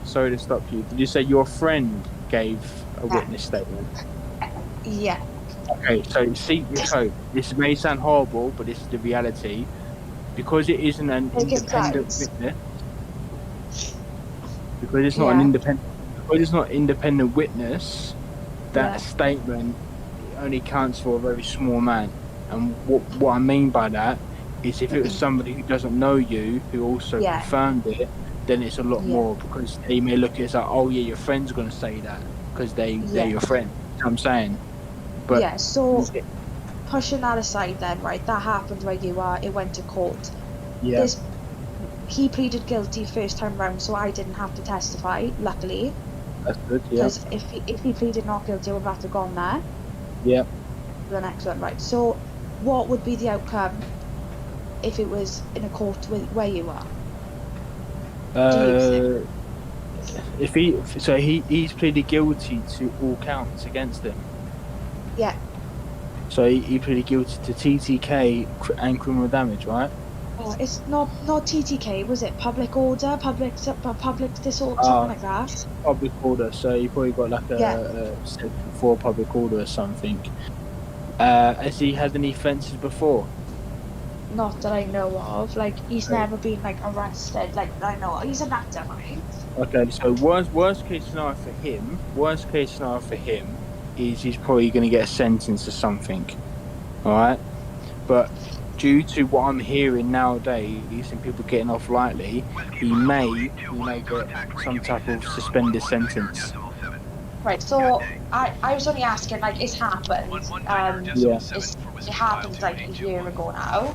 Yeah. But I just wanted to know if it was different where you were to us. So what happened in the end was, obviously I got my quotes for my car From a reputable body shop. from two.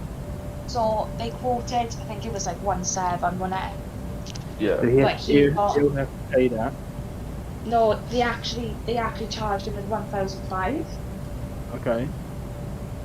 I also had either 2 year or 2.5 years restraining order. That's good. Yeah, I was going to say that as well. He was literally stalking me for ages. Okay. He got rehabilitation, I think, for his like anger and stuff. That's something which he's the reason why he got that was because that's what his solicitor told him to do. Well, I was under domestic violence, see. Okay. But anyway, yeah, so he had that, the fine, rehabilitation.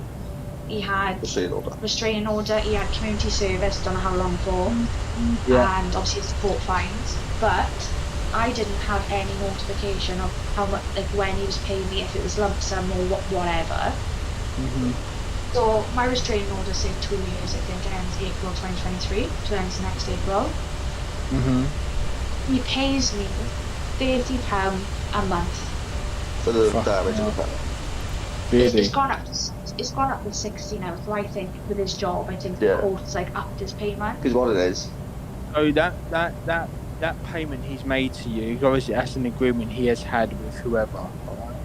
But did you have to pay out your own pocket the damage of the car? I haven't got it fixed yet. You haven't got it fixed yet. Okay. No, because I thought they would make him pay me if one up. But so Because the quote come from where it works. Yeah, I know. Yeah, he's obviously but what he got was what I was probably thinking. He's probably got a suspended sentence. Again, the restraining order against you clearly, because obviously the previous history between you and him, and obviously the fine which you got, because obviously the damages of what happened to you. So that's, generally speaking, exactly probably what would be the same case if it was here. if he had pleaded not guilty and I had to go to testify along with a witness, would it have been could it have been worse off? It could, yeah. Generally speaking, if someone pleads not guilty, there's a chance where he could get off it. But the most likelihood is it'd be worse off. So the reason he pleaded guilty is because his solicitor said to him, yeah, there was cameras and stuff there. like, you're better off just saying because if you don't, at the end of the day, solicitors are the pain in my life. They are, particularly when you've got a I probably agree. guilty person in front of you.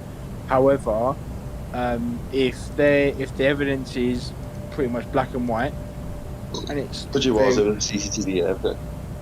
exactly. So if there's hardcore evidence against you, then you're stupid to go not guilty. Do you know what I'm saying? You're stupid too. You can try it, because there's at the end of the day, the saying is you're guilty until you're not guilty until proven guilty. Do you know what I'm saying? Because if there's such hardcore evidence against somebody, let's say against him, then yeah, he'll be stupid not to go not guilty. To be fair, He got stung as well with another repair. No, because you agree with me. If someone dented your door, you wouldn't want filler in it, would you? no, I want a fucking brand new door. That's what happened. A brand new door and everything was priced up. So I think the repair, the cheapest repair, was 1,600 quid. Bearing in mind what I can't prove it, it's him. Yeah, £1,600 for the repair. The new door from Audi, 1,600 quid. labour, all that, the respray. Fuck yeah. The door from Audi is like £700. Mental, isn't it, man? And when did that happen? When did that happen, Amy? A year ago, did it? 2 years ago? When was that? December 2020. Yeah, December December 2020. 2020. Oh, so literally about 14, 15 months ago. He just arrested and couldn't find Yeah, him. it was a- To arrest it. We didn't go to court until May last year. Yeah, that's not surprising due to COVID. They ended up knocking his mother's flat at like 5 in the morning and arresting him there and then. They knew, but I've had run-ins. I've had his mother write shit. I've had run-ins on that. Yeah. How far does it live from you? 10 minutes. Yeah, about 10 minutes. What's the Well, what is the thing is what is the restraining order? I'll read it to you now. It's in my kitchen. My guess is going to sound something along the lines of can't make direct or indirect contact with you, or be within a certain radius to you, i.e., not to go down your road or something like that. Yeah. Or third party. Yeah. That comes indirectly. Mm-hmm. It doesn't matter anyway, because Amy's car's just going for more repair, because after that happened, she reversed into someone. No, that's fine. When I woke up one day, there was massive. Yeah, and then all of a sudden, not long after all that happened, no went through court. We noticed there was a massive key mark from the front of the car to the back of the car on the side of the downwards. Again, if it wasn't him, you know, I wouldn't be surprised if it was a friend of his or a family member. Yeah, the problem is we've got all the cameras to prove it. Yeah. Neil has So given us luckily, anyway, that a bit of we a. know of a garage, I can do it. Is that Fellas, Julie? I said Neil has given us a bit of advice that maybe it's a bit personal to be discussing, just Yeah, to be that's what we say. safe. So Don't yeah. go into it. appreciate you looking out for us, Neil. But I didn't know he was actually streaming. Yeah, I told you about GT streamer. Oh, sorry. no, it's okay. It's just we want to make sure you're taken care of on that. But I was just kind of Well, letting the she's discussion taken care go of. and wasn't.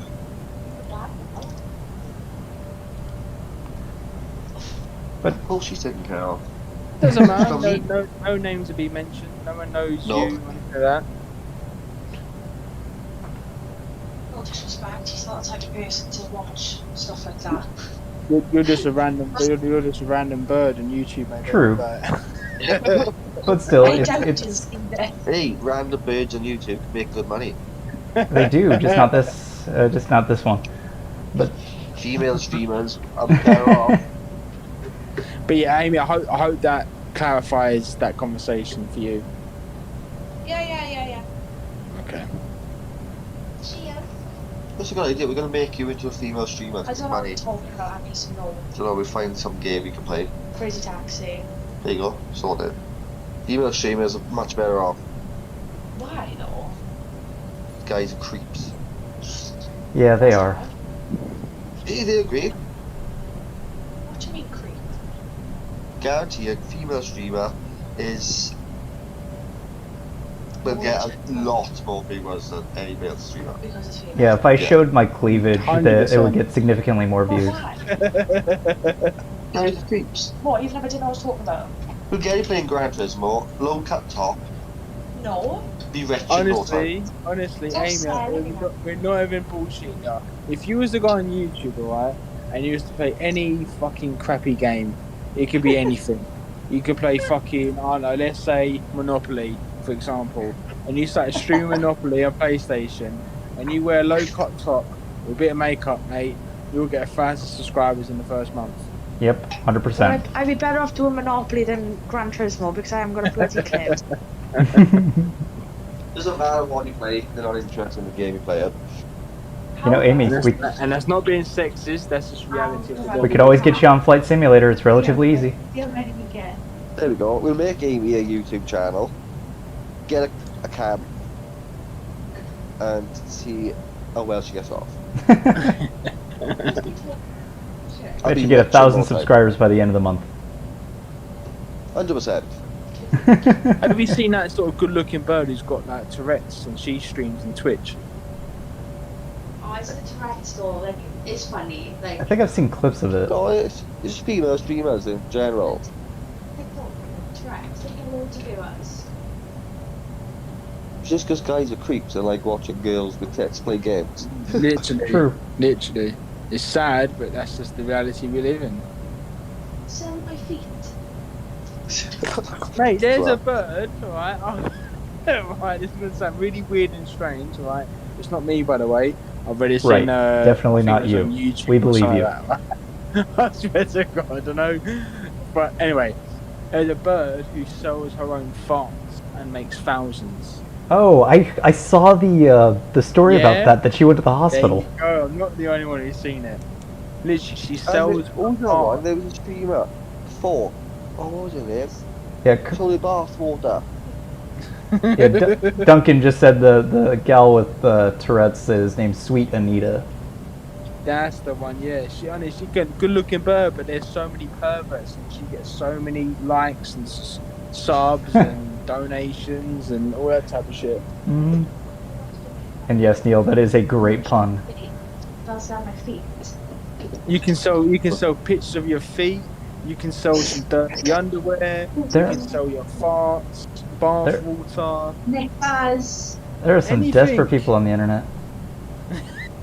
Honest to God, can't remember the girl's name. She was a right weirdo. She's done loads of videos. She had loads of shit for it. Oh. To braces. Alright, Jerry, you take care. Thank you for joining. Oh, I can't remember her name. I don't know what else I was being just to get that sorry name What about Cordell's feet? I've got good looking feet for a geezer actually. I think it's bug me now. I can't remember this streamer's name. Oh, what was her fucking name? You got big feet.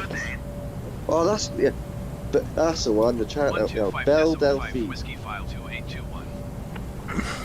One of my favourite streamers actually, I've stopped watching him lately, but Dr. Disrespect. Yeah, I like him. That geezer, he has me in stitches. Okay, you name it. Dun Camus, whoever's in the chat. Can't say her name. He goes by Duncan. He's one of my friends who I play Duncan. Elite Dangerous with on occasion. Yeah, Duncan. Fella. He's got the person I'm on about. Belle Delphine. Mm. She was like a streamer, influencer sort of thing. Bit of everything. And she had loads of shit is what she done, but she ended up selling bath water. Yeah, once God, she sold her bath water. And The thing is, within minutes. The thing is, how the fuck can they prove that's her bathwater? What if she just went to the tap and just poured some fucking... Do you know what I mean? Oh, but she obviously bathed in it for a week and it was probably murky, like, you know? Oh man, no, again, it's unreal. Oh, God. Unreal. She might have just gone to a pond. She just might have gone to a pond and get some. You know, pond Amy, I Jeez, had that- food that poisoning never on a remembers Friday, and you just kind of made me feel that all again. Oof. Yeah, she got like banned from YouTube and stuff for what shit she used to get up with. She was like weirdo. But what did she used to do then? I What think makes she you was do that? the streamer thing. But she was like a right freak, she was at one point. Doing what though? Weird shit. Just literally What? weird shit. What, sexual things or just like this weird random shit? Kind of, but obviously she couldn't do the sexual things on YouTube. I think that's what got it banned. But she got this big following with that. Duncan just Someone said, else what did said- she used to What do? did she used to do? What did she did not used to do? Really? Is it that bad? Jesus. Yeah. But all this is gone, right? She was the right weirdo. But because What's of her name? everyone- I need to search her up now. You're talking too much about her. Belle Delphine. How you spell it? B-E-L-L-E. B-E-L-L-E. B-E-L-L-E. D-E-L. Yeah. P-H-I-N-E. There you go. Let's see this. Well, we all know where Cordell's gonna go for his week off. Oh, her. See- I've seen her come up before. Wow, she's weird, isn't it? See, I've been fortunately very lucky in my internet Ooh, really? She looks so perusing. I've never come bloody across young. these things. How old is she? I don't know. She's pretty. I do give her that. She's pretty. She ain't fully my type, but yeah, she's pretty. She's younger than us. Belle, B-E-L-L-E. Delphine. Oh, P-H-I-N-E. Yeah. My God. Some dude is drinking her bathwater. Look. Oh my God. What Gonna is make me wrong with sick you again. people, man? It reminds me of... What's wrong with you people? She looks about 12. She's 22 years old. She reminds Remaining me flight of, time is about like, 30 Chinese minutes, anime. Neil. Japan. Say, JD? I was saying to Sorry. Neil, we got about 30 more minutes of flight time before we land because we are getting relatively close. You can see my map here. There's the bottom tip of Iceland. This will be our approach into Reykjavik. So, Yeah, about I 30 gotta minutes. apologise to JD. We've taken over this fight tonight. Yeah, that's partly the reason why I have you all on here. Because it's not all that exciting just staring at instruments all day. I mean, I enjoy it. I just don't know if others will. Mate, do you know how much you're selling her bottled bathwater for? How much? Is it where she lives? America? No, she was British. All right, Duncan. She's South African. She's See you in a South bit. African. Yeah, but she lived in Britain. She was selling it for £22 a bottle. Jesus. I mean, I could sell my bathwater for half that easy. Bottles were tiny. Just don't know if anyone will buy it. Really hope they wouldn't. Here, I'll sell you guys clean bathwater. How about that? Do it for $1.50. That way you get some hygiene. Don't know. It'll be filtered. And the bottles or the little things of bath water she was selling were only small. I'm not being funny, man. The world we live in now is beyond. Just yeah. I don't get it. Do you know what I call that? Scruffy. Call it what you want. She made fucking good money off it. Mate, she's a millionaire, mate.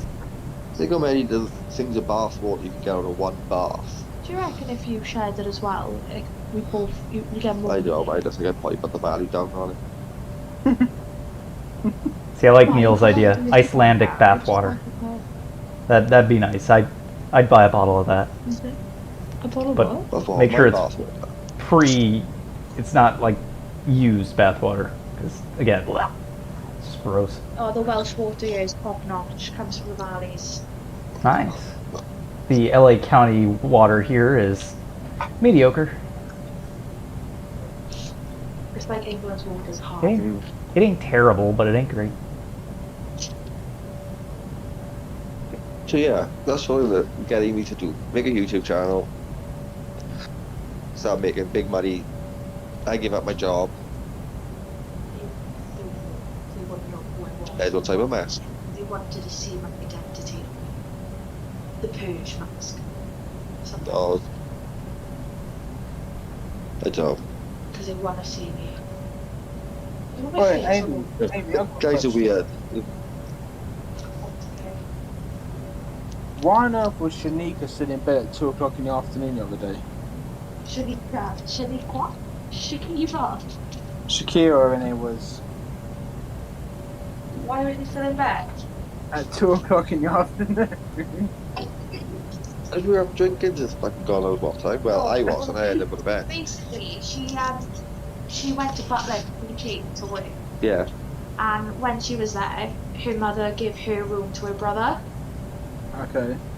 So when she came back, she had to share a room with her 6-year-old sister, bless her. Mm. So, like, she likes to come here to just Yeah. chill out and have her own space. They ended up slamming the door and it woke her up. Like, she was awake, but she was just chilling, like. Oh, okay. I thought she was But probably like. bearing- Oh no, but bearing in mind now, Andy's stuff is now back in that room with the bed. So he couldn't get in there because he was too scared to like, Shakira, get up. Get out, I got a race. So I had to say to her, can you come downstairs, please? I didn't do that good anyway.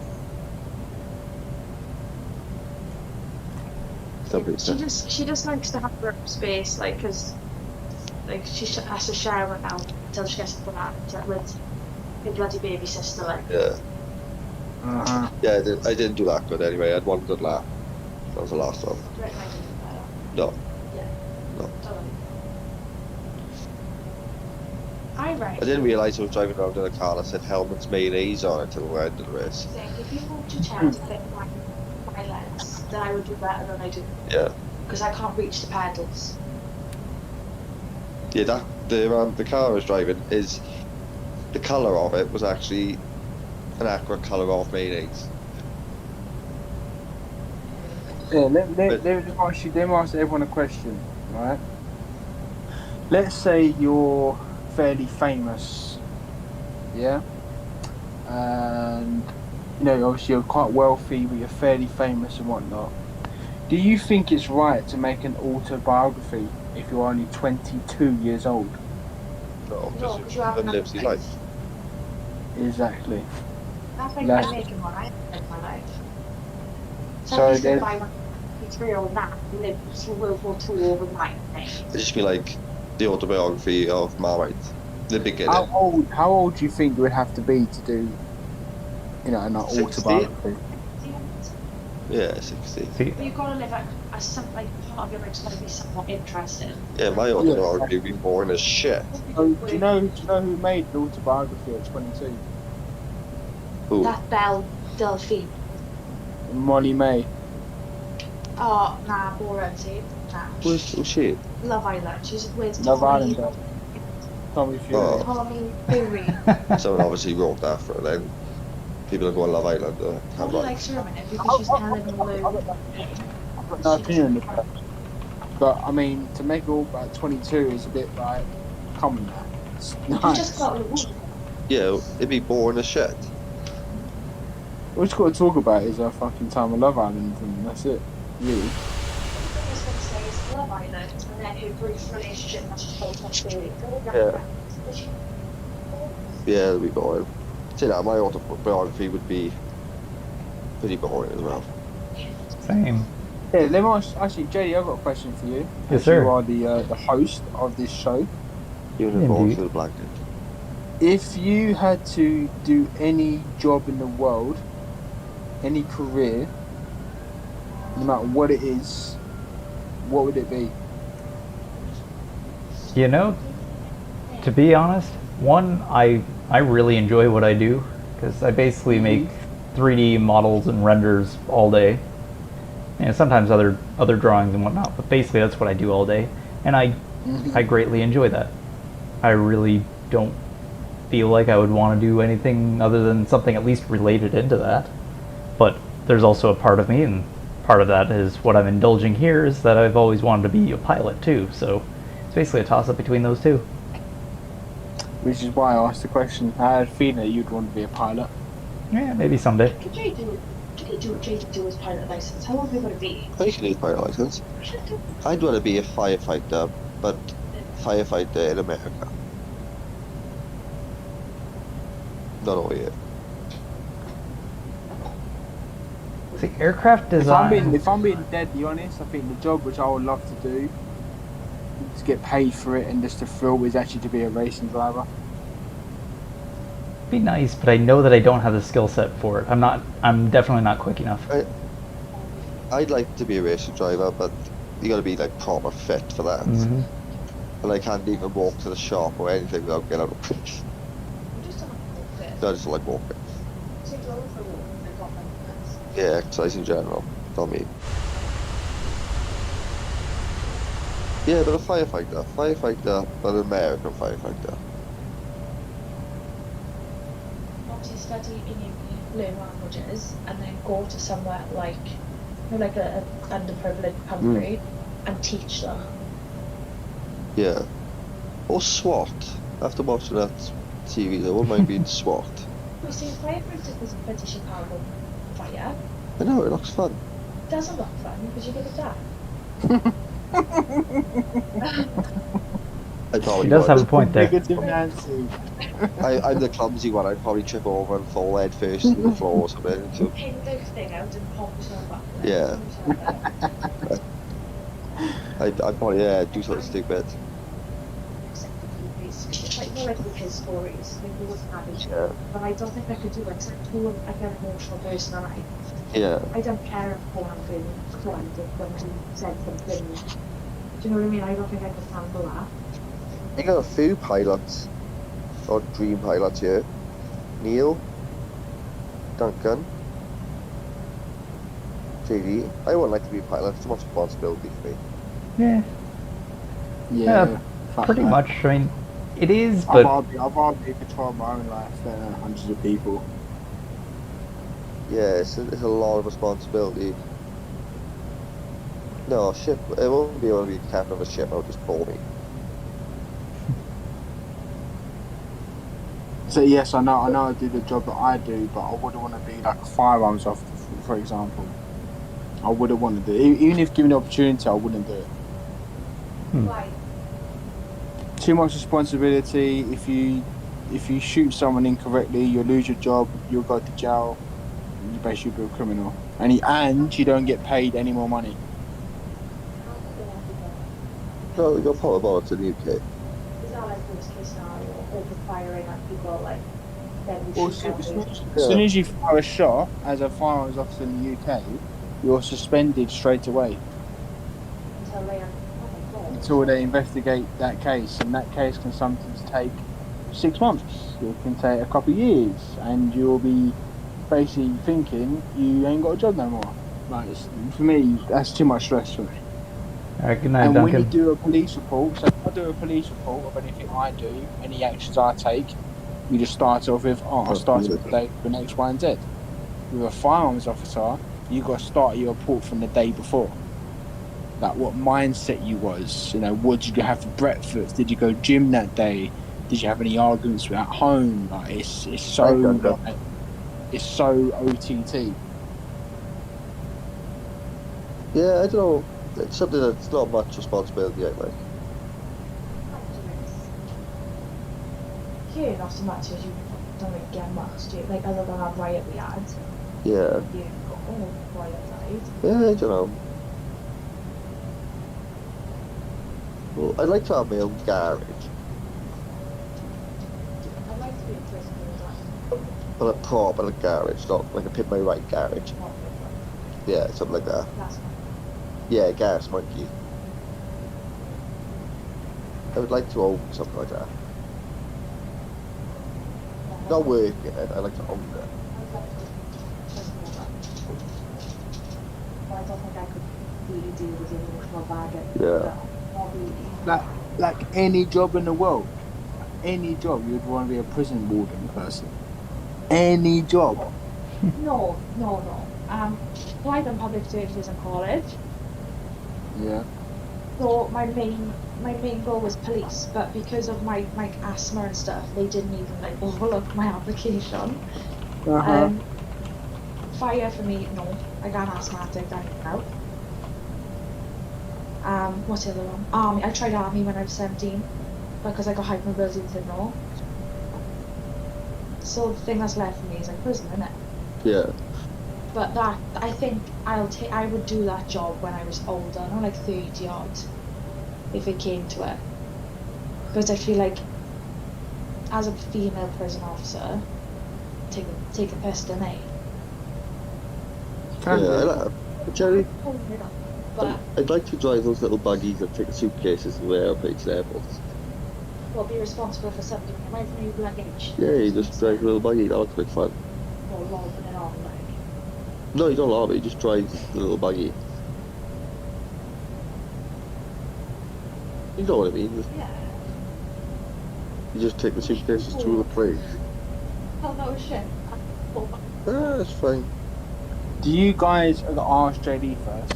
JD, when you was in like primary school, or should I say elementary school, or kindergarten, I don't know, what one is it when you're really young? It's kindergarten, So then there's... basically the equivalent of your primary school would be for us, basically kindergarten to probably 8th grade for us. So if you're like 6 years old, You'd you're be like either 6, kindergarten 7 or years first old. grade. Okay, so when you was that old, do you remember what you wanted to be? It was between being a pilot and an architect. Wow, even at that age. Yep. Been fairly consistent. Only thing that's Anthony? slightly changed is I've enjoyed more of the rendering and design work than the more technical side that architecture usually employs. Because I've just been able to use those tools and enjoy them. And you, Anthony? Well, as a job, I always, yeah. No, just police. like, no, you're I young did guy. always- Oh, what do you want to be when you're older? Yeah, police. Police, okay. Why? Amy? Someone to drive the cars. Yes, yeah. Yeah, when you was like 6, 7 years old. So like when we was in maybe like year 2 or something like that. Year 3, year 4, something like that. I wouldn't even remember. I don't know. I'll get back to you. Neil asked 2 questions as well, put down in the chat. Who asked me a question? Neil.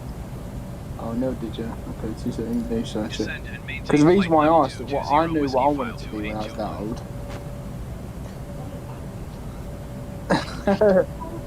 I wanted to be, I literally, no word of a lie, hand park, I wanted to be a stuntman.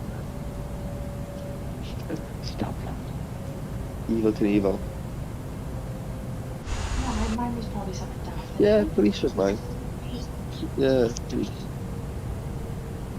Probably something daft. So, Yeah.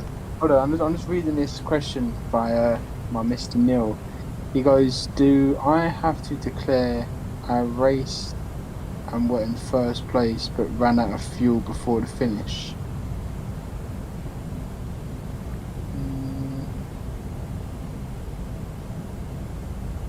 Declare where? I'm trying to work out his picture. It looks like a burger. As you try and figure that out, I'm going to do a little bit of formalities here. Ladies and gentlemen, as we begin our descent, please make sure your seat backs and tray tables are in their full and upright positions. The flight attendants are currently passing around the cabin to make a final compliance check and pick up any remaining cups or glasses. Make sure your seatbelt is securely fastened and all carry-on luggage is stowed underneath the seat in front of you or in the overhead bins. Thank you.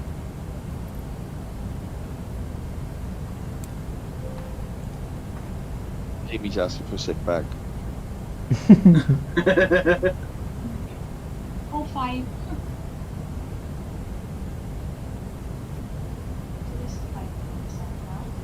Oh, Probably. he's talking about how maybe racing would have messed with your head a bit. So, like, let's say you were one of the officers that fired, and say the day before you were in a race with us and you ran out of fuel just before your win, and someone else passed you. Oh, Would you I have get to it, declare I that? get it. No, Neil. Funny question, but no. But I may have to go in detail of what I did that day. So you may have to say something along the lines of, you know, I got home, I had something to eat, you know, I played on online gaming, and then you have to say, you know, I wasn't stressed out, I wasn't angered by anything, I didn't have any arguments. It's so thorough to be a firearms officer in the UK. It's absolutely over the top. In you saying online gaming, do you have to declare what type of gaming? Because, like, obviously a shooter game would certainly put you in a potentially different mindset than, say, flight simulator or a racing game, or say like a strategy. This is the thing. So it's like if you decide to do that, you can bet your ass that they would probably ask. Got it. Well, what game was you so playing? Basically, you only give as minimal information as possible and let them ask the questions further. Got it. But you have to go on to, like, you have to start when you woke up that day, the day before. So I woke up, went to work, I got home, I went to the gym. Even if you say you went to the gym, that could even go against you because your testosterone. Did you have an argument with the officer? Like, honestly, it's just jarring. So this happens in my stream. Oh, your stream, JD. Sorry, what was that? Oh no, it's fine. There we go. No, it's still going. Quick. I'm monitoring it. Ooh, getting a little bit of turbulence. Not for me. Plane just lurched a little bit, got a little bit of a crosswind there. Because we're going over a little bit of a storm cell. Because obviously this moved in before I did my check on the weather. Lights up. No, it's on. I put it on. Where is it? Well, I didn't listen to it anyway. Well, fine. For you, am I right? There, you hear it? No, I can't hear it. I've turned all the volume down on the video. Well, it's not going to come over the mic because I don't have that ability to route my desktop audio through Discord. No, that's why I turned it down, because otherwise it'll come watch on my phone. Yeah, you don't want to have an echo. Yeah. But yeah, we got the all the lights on, so seatbelt sign and all that's illuminated. I'll be turning on all the landing lights and whatnot shortly once we get below 10,000 feet. They always icy. Yeah, we're currently still over the ocean, so get a little map of where we are at the moment. So right here is Reykjavik. That's the airport that we're coming into, and we'll be basically looping over the city and coming around. But we're right now just beginning our descent. We're now at 22,000 feet, and as air traffic control tells us to, we will be descending further and maintaining our speed. Nice thing about this aircraft is, as you deploy your flaps, it will then automatically lower the airspeed to just above the stall limit, or at least what it determines is safe above stall. So that way I don't have to manage too much as I'm coming into the landing, which is quite nice.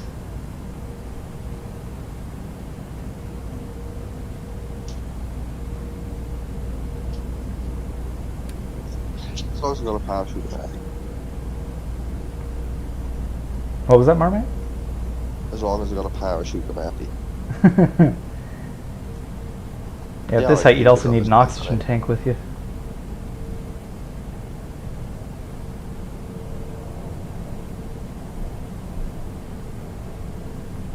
Because this doesn't work on my PC. It doesn't? Nope. Even with lower settings? They won't even load up. Oh. Crashes on the loading screen. And maintain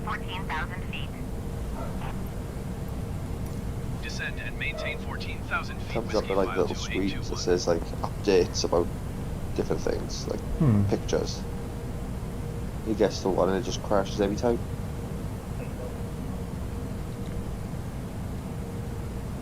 Might have to look into seeing what it is that might be causing that. Because your computer should be able to handle it. Because it says, what's it, i5 minimum requirements? I think so. Let me pull it up real quick. I got i3. Oh.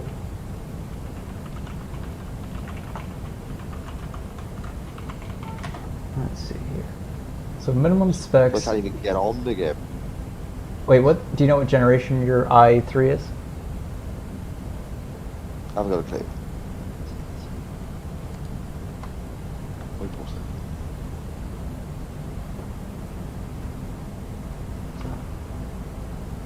Maybe he's going to ask for your help in a minute.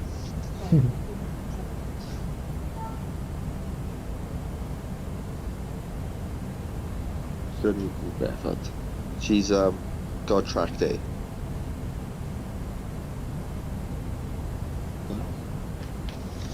Yeah, I bought her one of those track days as a Christmas present. Oh, nice. Where at? And she could pick a couple of different locations.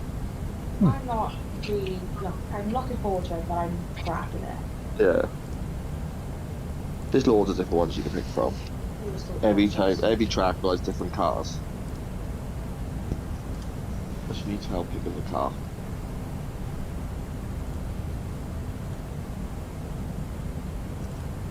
Oh no, you guys can chip in and buy me for my birthday. What's that? You can buy me a like B&W hoodie. Funny. Curious, does Did it the break price down go up? after using it for a year? Hey, Don't be one of those people that wear BMW stuff. I'm nowhere to lie. I'm literally looking to get a B&W hoodie. Maybe buy me an Audi cab. Don't be one of them. Buy me an Audi cab or buy an Audi. If you ever Deal. turn into one of those people that wears your car make on your clothes, you're just a weirdo. Honest to God, Top Gear can back you up on that.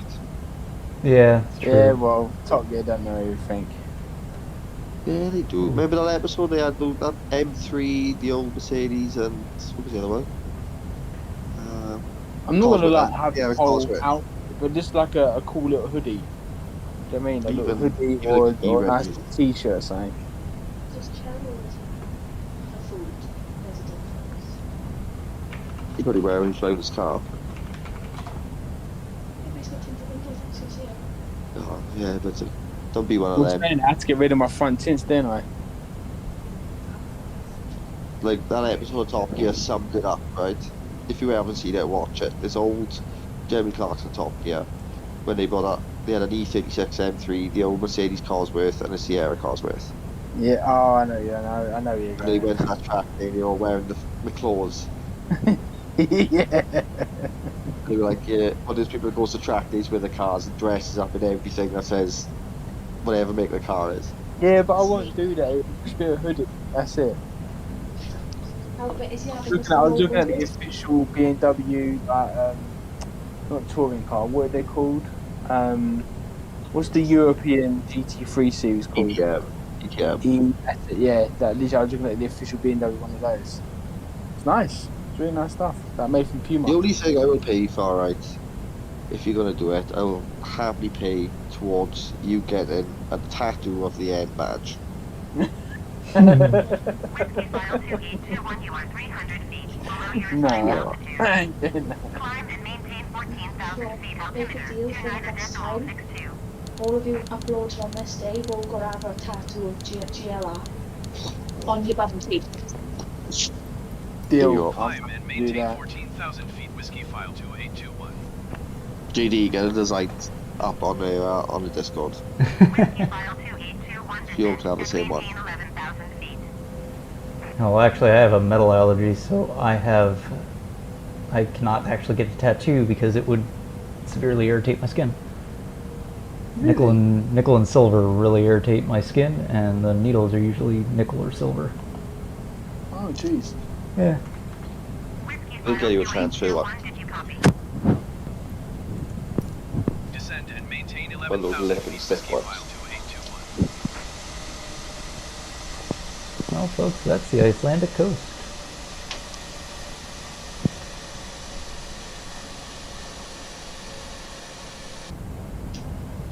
I'll get a GLR tattoo. We've only got 2 tattoos anyway.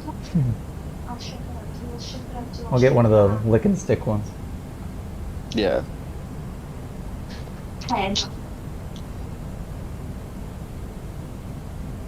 The GLR hoodie would be cool. It would be. Go back With our up. names and our numbers on the back. Oh, the M7, no one streams base-wise.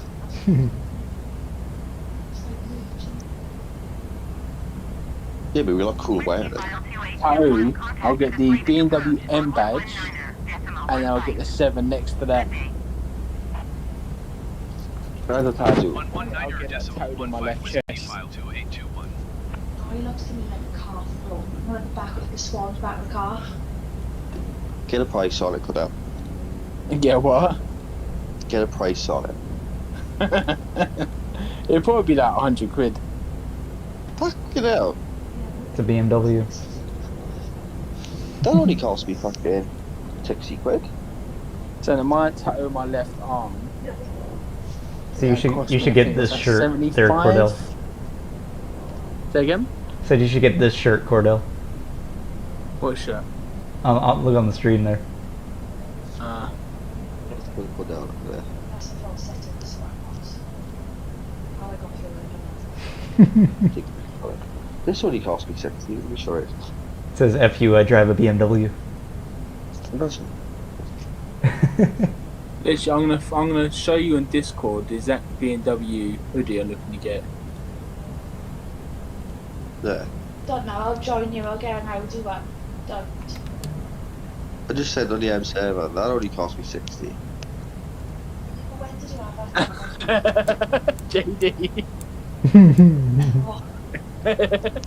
I take it you just saw just that seen there. it. Keflavik approach whiskey file 2821 is passing 11,000 I didn't see it, I went off it to send you a descending picture. 11,000 feet. Sorry, I've gotta actually fly the aircraft. Oh, it's getting real serious now. T, where's the next destination? Whiskey file 2821 descend and maintain 7,000 feet. Destination. Ooh. Oh man, we are dropping.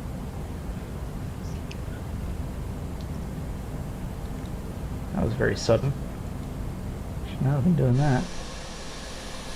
The destination is Reykjavik in Keflavik, so just off of Reykjavik actually. Yes, I acknowledged. Just had to freak out because my plane was being weird. Descend and maintain 7,000 feet. Whiskey file 2821. She means after Iceland. Oh, after? I don't know. I haven't decided yet. Yeah. Can you fly to Egypt? That'll be probably Not later. from Iceland. That'll be a long fucking stream that would. No, that'll be later. I'll probably do something in Europe somewhere. Where is Iceland though? I don't know where it is. You don't know where Iceland is? No, come on, you must know where Iceland is. Well, I know of it, I don't know where it is. But it's 2 hours from Scotland. So, that's why I'm asking what. I said it's on its own in Iceland. Yeah, visual Iceland's on island. Cordell, you pick. You give JD an idea where to go next. Ibiza. Lisa. That is in Europe. Right? Isn't that Spain?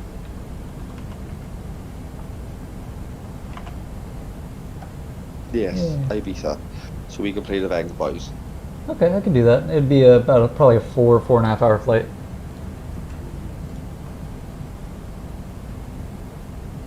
So I might bring out the big boy. Bring out either, probably the 7, I'll bring out the 787. I haven't flown that in a while.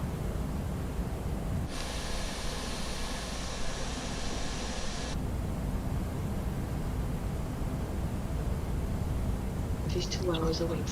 You know the Vang Boys song, well. So we're going to Ibiza. Going to Ibiza. Da-da-da-da-da. JD's never heard the song, you won't understand. All I wanna do is do it. Big girl. Big girl. Big girl. Oh, I have a spicy KFC sandwich, please. Whiskyfile 282 and maintain Miss Patterson. 4,500 feet. Yep. Descend and maintain So there, look, I 4,500 got in the feet, M7 Whiskyfile chat, the 282. T-shirt which I'm looking to get. Oh, let's have a look at this one. Whiskyfile 282 I'm getting rid of that shit straight away. Descend and maintain 3,000 feet. Keep speed not above 220 knots. I never want to see that again. Runway 19 You don't want to see that. You don't like that. cleared to Melbourne. But I can imagine like a 40-year-old or maybe 50-year-old man wearing that that has a BMW He's not wrong. 320i. See, Neil could get away with wearing that. You can't. Not even a proper M car, just an M320. Wait, they can't see any of this. I'm on M7 Yes, original. that's some shit. He looks like he should be in BMW. Even the BMW workers have better tops than that. That's not That's, deep. that's the official BMW like race T-shirt.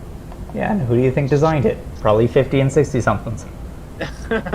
I'm gonna see if I can find it. Oh, Do you reckon Cordell should try and progress in his racing career?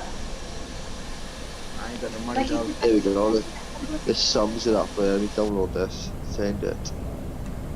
What's his name? Whiskyfile 282 Maybe Hannah did. Yeah. maintain 2,200 feet. Keep speed not That's the above type of person who'll wear a top like that.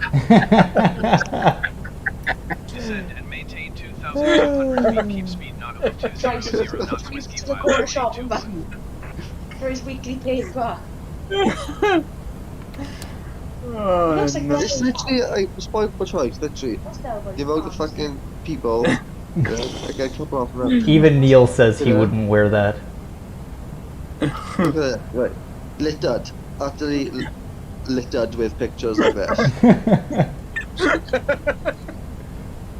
Here, I'll share some of these pictures on the stream there. That's what we're looking at. Yep, that's accurate. I don't even think he would even wear I'll that. tell you what, look, there's this hoodie that I see, alright? Now, it looks okay, alright?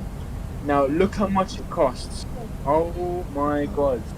What it reminds me of. I will find someone wearing that T-shirt as well. Give me 2 seconds.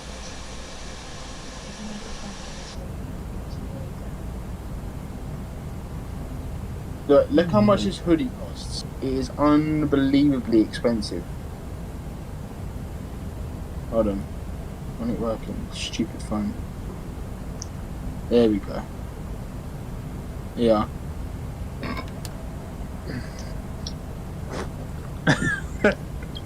JD. 80 What pounds. the hell driving Good this car? lord. How many years?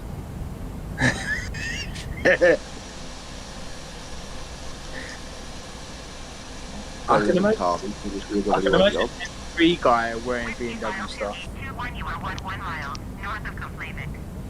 Contact Keflavik Tower on 126.21 Take me inbound. off the top. I have nothing against BMWs, by the way. Tower on I've had 126 3 of them. decimal to Whiskyfile 2821. I was really big cars. Keflavik Tower Whiskyfile 282110 miles north inbound ILS Good Zulu for a runway track. 19er approach. Yeah, I have nothing against BMs, by the way. And you want to know what is this? I've had 3 of them, but not once did I ever wear a BMW fucking hoodie. Yeah, exactly, Neil. £80 for a hoodie.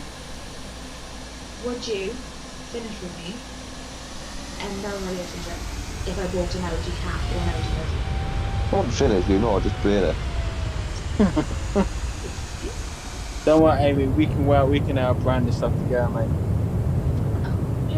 Oh, you both go track days and stuff together. Cars. You go to German car meets with the branded fucking gear up. Yep. Cleared ILS Zulu runway 19er approach Whiskyfile 282. Plane decided to This just is the shoot big up that badges stream. and car. again, the small badges. That's one thing that annoys the fuck out of me. When people have standard It's not bad. cars and they put like M badges or AMG badges or RS badges, that really grits my shit. Yeah, I don't do that. I did once put an M badge, but it was a genuine M car. But it wasn't an M car. It was E36 M Sport. I mean, it's still questionable though. Huh? Still cool. If you only It got was- me wearing branded t-shirts, I'm only got you putting badges on cars which shouldn't be there. It was a genuine M Sport car though. Nah, it has to be full M car, mate. Well, it was back in the day. Runway 19er Whiskey No, it has to be an M3, mate. No, it's M Sport. Nah, see, I don't count. Oh, actually, Is that JD's landing. He needs to concentrate. You guys can keep talking. I'm just paying attention. Although my plane was acting a little bit wonky. 2500. So we're getting lined up.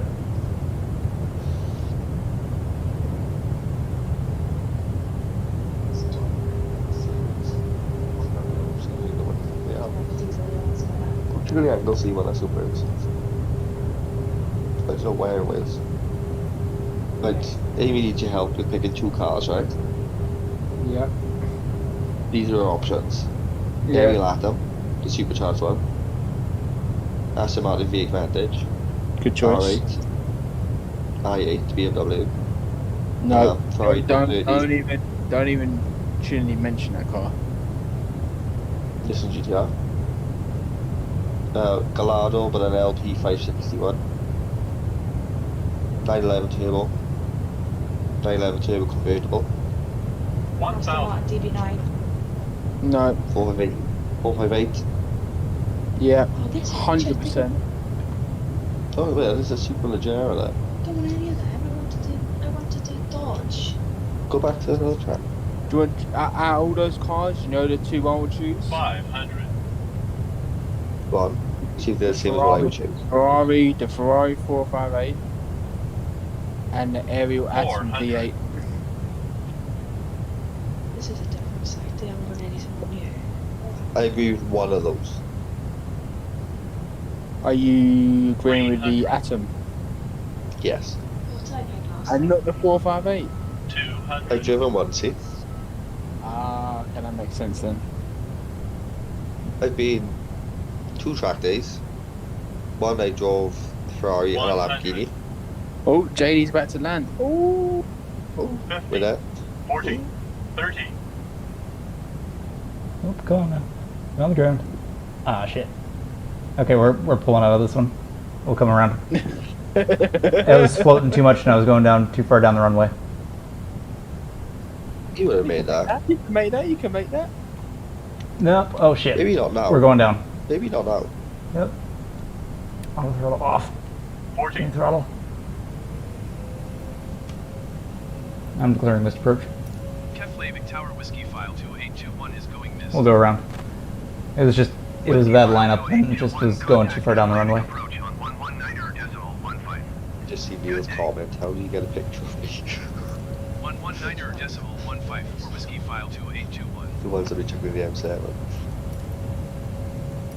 Keflavik approach Whiskyfile 2821. Oh, my stream's a bit delayed, JD. Yeah. I'm trying to fast forward Whiskey it. file 2821 Roger. Flight published missed. Approach. Neil, you got way too much style to be any of those pictures now. 3,000 feet. For further instructions. Already on 38 saying, oh, what have I done? Shit. Is this up to date? Yeah, I'm live now. Yeah, it's okay. It's fine if you do a missed approach. It's bad when you do a failed approach. This That one usually when involves I fire. spoke to you on the stream, you was literally on the runway when I said you were about to land. Yeah. And it wasn't quite accurate.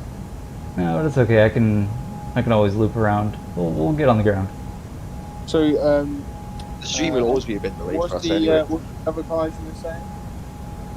Yeah, I drove Ferrari and a Lamborghini, my first one. Decent. The Lamborghini I was devastated with. So much wind noise, unbelievable. Mm. So the second one I went on, I drove, but I had all the Flavik approach Lamborghinis, Whiskey Ferraris, File 282 R8s and all that. published. Approach ILS Zulu But I runway picked 19 a 3100 F-Type R. Really? Whiskey File Yeah, 282 600 brake horsepower. 4 miles south. Jesus Christ, yeah. And they sound, it must have been the old Jags, right, when they first come out. No, it was the new shape F-Type. Oh, really? The brand new one? When I done it, it was pretty new at the time. It was like 2 years old.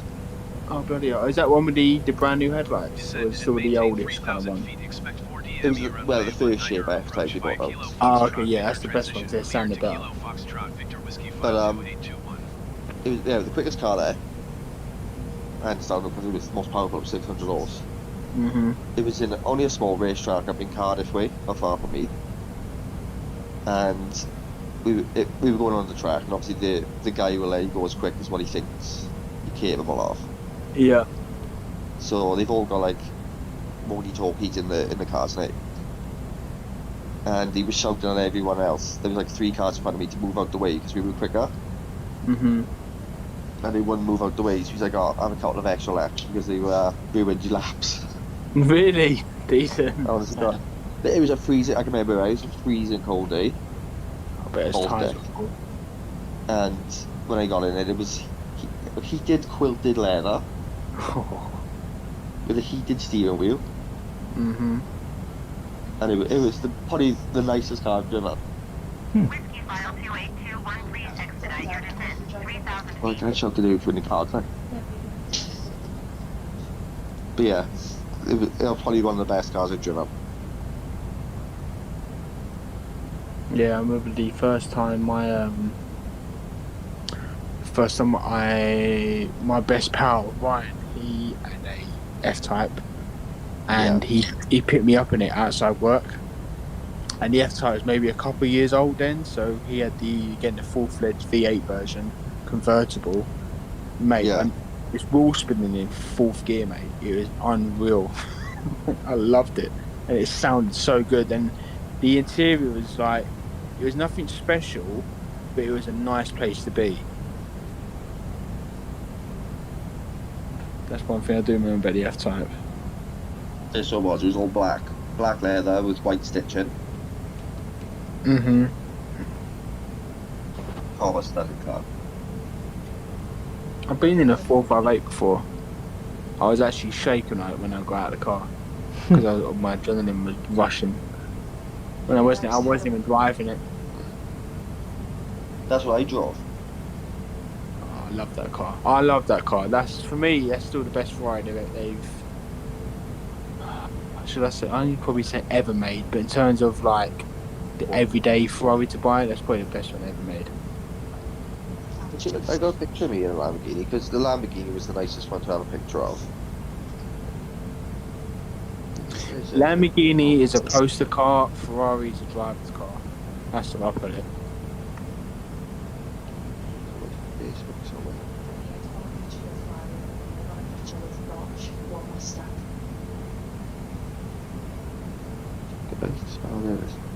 Safer. Names of fold. Discord. Try to take your design because I always have a picture of this car. Yeah. Do you have any laptops? Probably.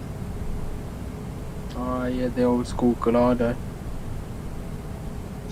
It was terrible.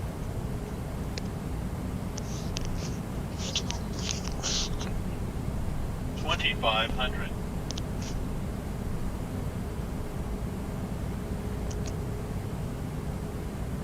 Yeah, the flappy panels were plastic in that Gallardo. I mean, even my G29 has metal. I know.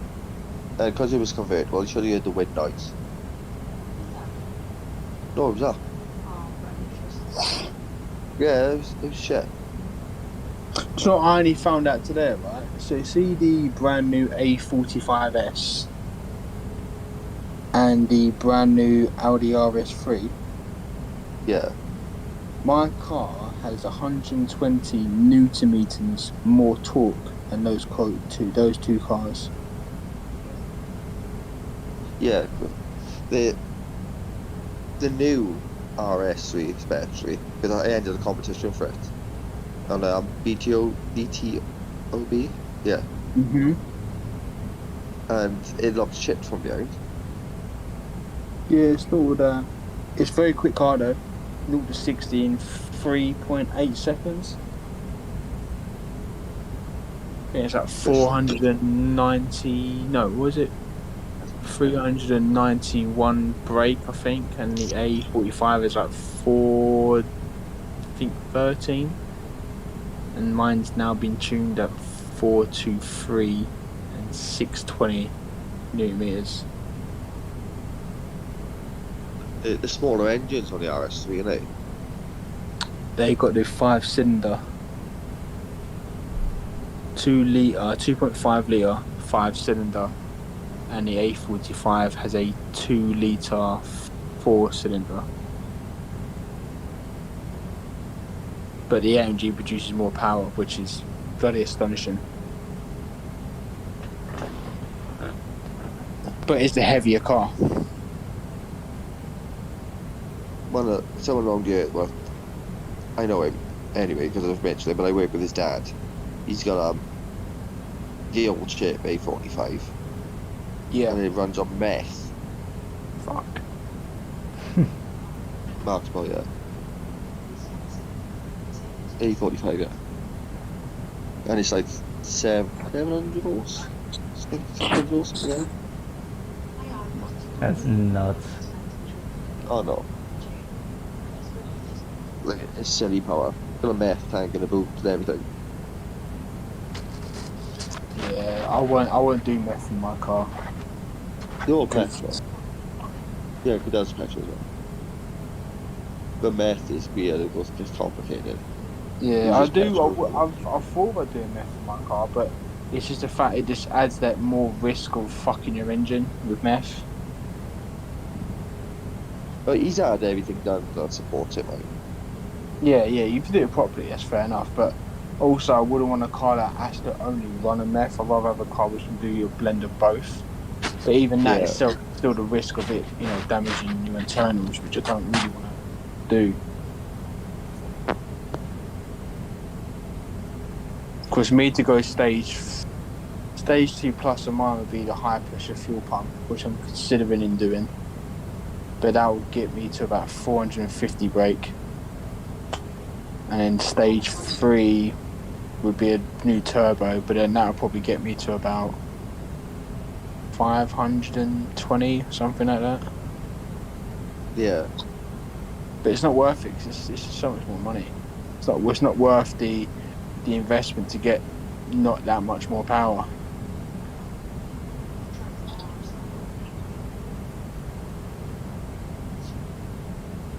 A Castleton's got the same cars. I don't know. Where's all these cars gone? Whiskyfile 2821, you are 11 miles northeast of Keflavik. Contact Keflavik Tower on 126.2 inbound on the approach. Fill out back in. Tower on 126 to Whiskyfile 2821. It's slow for Cadell. Keflavik Tower Whiskyfile What's that? 28111 miles. She's like talking about to Cadell driving my car. runway It's like it'd be slow for Cadell. Whiskyfile 2821 Keflavik I'll drive Tower. any car. Altimeter 29.59, wind 150 horse. 150 runway horse. 19 approach. Oh, cool, Dad, you should have seen Chris Border. Oh, I thought I was going to give myself a whiplash. Cleared for DME runway It's got the 19 torque, approach, it's Whiskyfile diesel, see? 2821. Yeah. Feels quicker.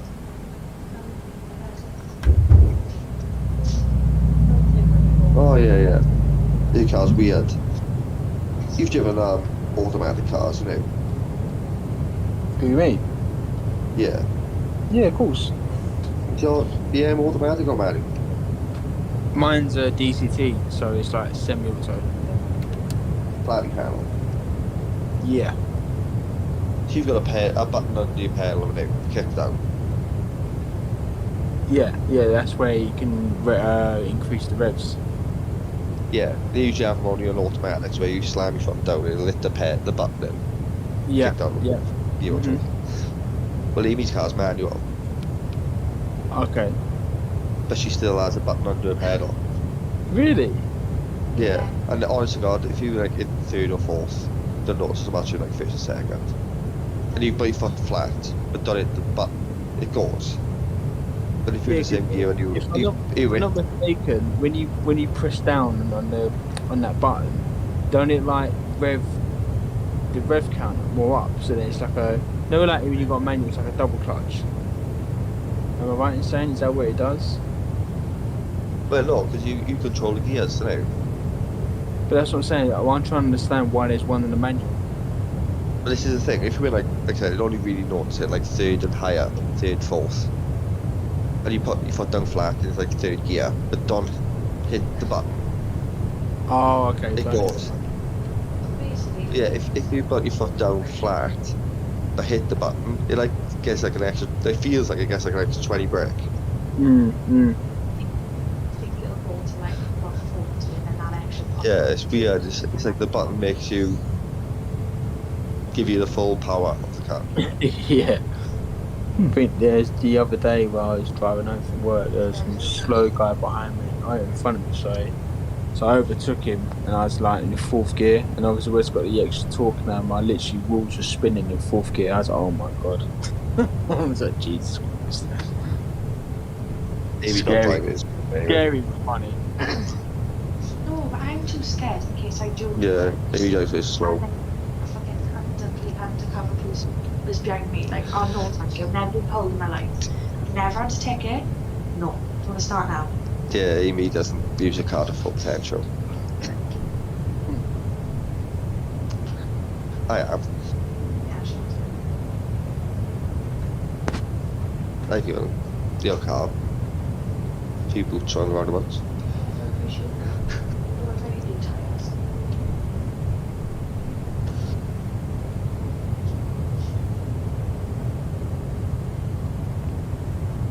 Why are we so high up, JD? We're only 3,000.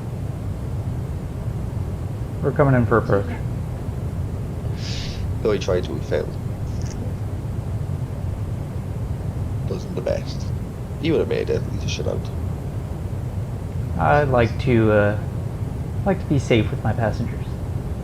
If this was the cargo plane, I'd be a little more aggressive with I it. like a bumpy ride. Yeah, Oh, I don't know.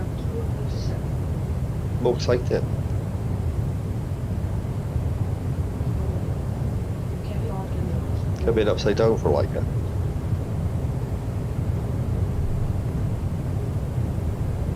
$2,500.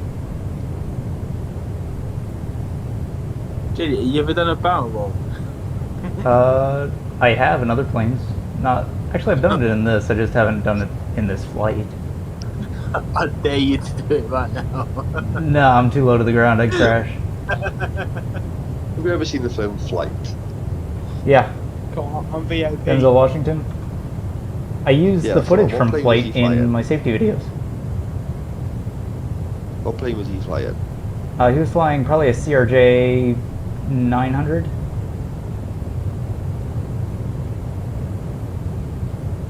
I guess it's Well, something but quite similar to this then. When he goes inverted? Mm-hmm. Yeah, this will do it. See, the problem with Yeah, flying good one. inverted is your oil pumps and whatnot don't work when the thing's upside down. So you can only really do that for so long before your engines flame out. So we get Codell to sort it out. Here it comes.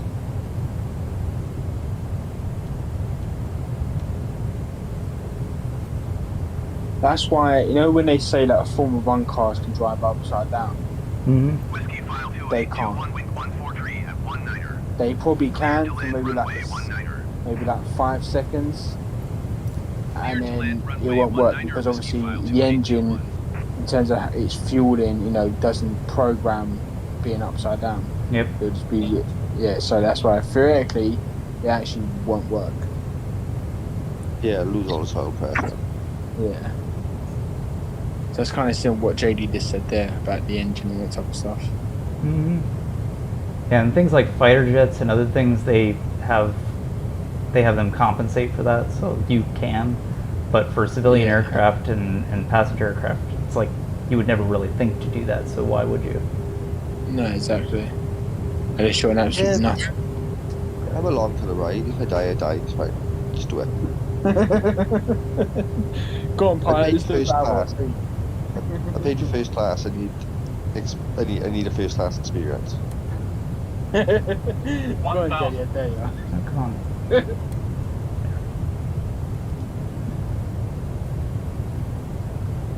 Land with no landing gear. No, we're not going to do that.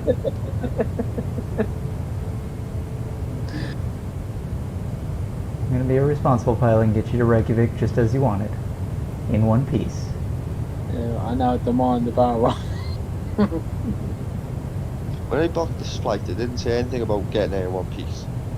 You didn't pay attention to the small print. That's what we always intend to.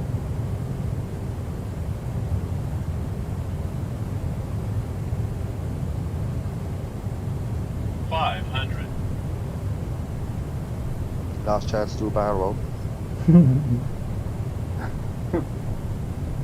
Well, for the next stream, let's get a barrel roll 400. and sort of just got into like 30,000 feet or something. 300. 200.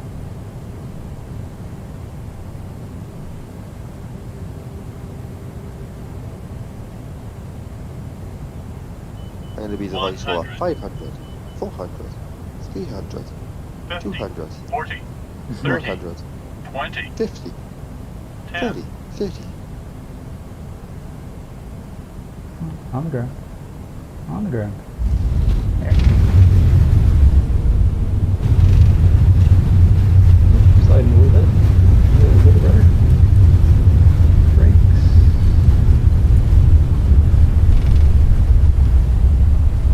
We got another Russian. There we go. Hell yeah.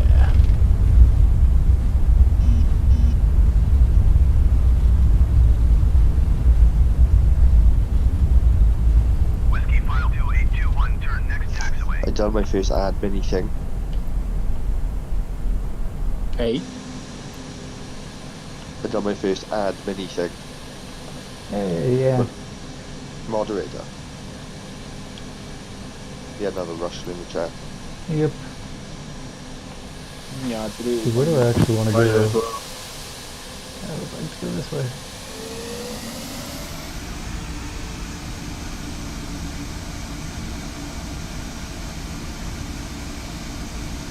Whiskyfile 2821, exit runway when able. How much is this type of plane cost, you say? Whiskyfile 2821, Probably about 60 million. That'll be my guess. How much? Probably 60 million. How much second hand? I don't know. Let me Google it. So it's a 787 MAX 8. Don't be googling how much private planes are. You got fucking all sorts of detail about. What is it? A Boeing? Boeing 737-8 MAX. Taxi to gate 3 using taxiways here. 210 cross runway 28 Echo for November 12. 8.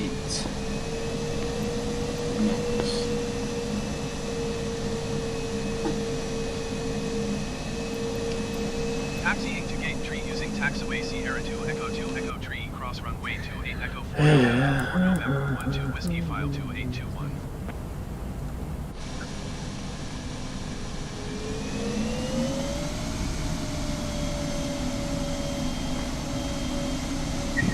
Right. A 737 MAX 8 cost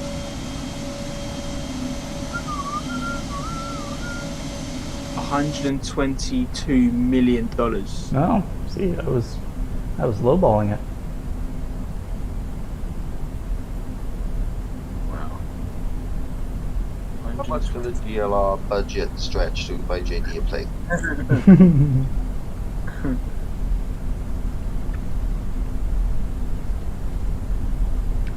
Well, ladies and gentlemen, welcome to Reykjavik.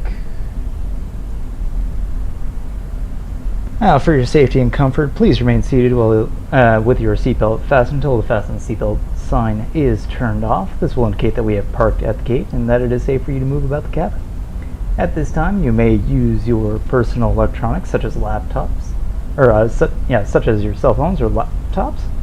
And if you have a desktop PC set up, wow, you're really rude to the person next to you.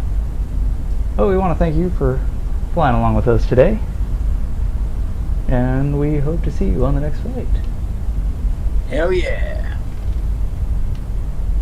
I really want to thank Marmite and Cordell and Amy for being on board. Giving us delight. I'm greatly flattered, and I know that you're lying to me. So thank you. Ain't no lie to me, I'll be using my phone all the way through this flight without the airplane mode. Although yeah, I had a missed approach, but the second landing wasn't bad. Oh god, that is more excitement to it.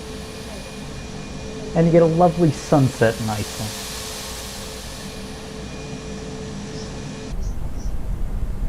Is it honestly?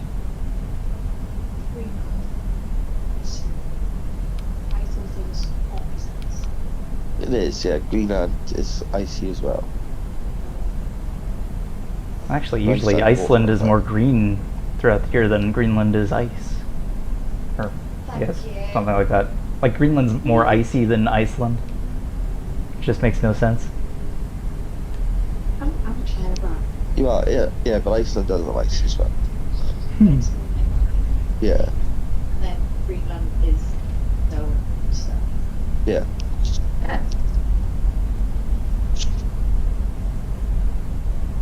I've been to Iceland on Euro Truck Simulator. The first thing I did was crash.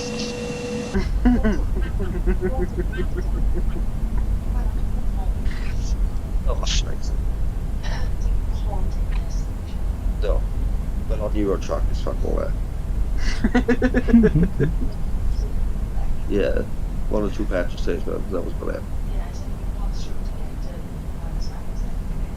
Yeah.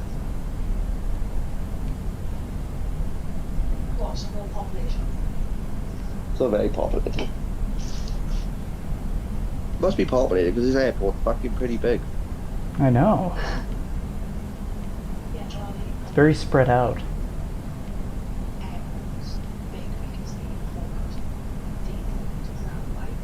We don't want to go to fucking depot for fucking Iceland.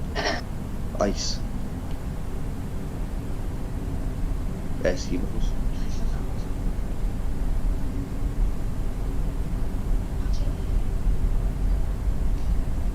We did find out that Iceland does have its own whiskey. That they do. That's why we've come here.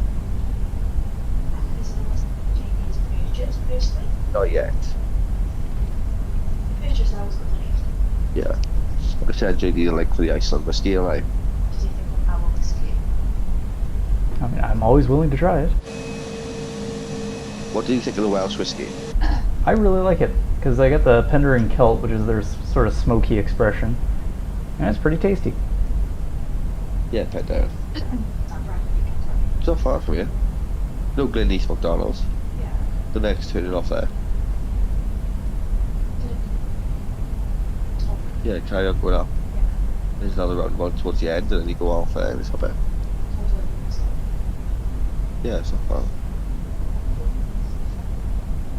If that, yeah. Yeah. So Iceland got a whiskey, that's why we come here, so JD can buy it.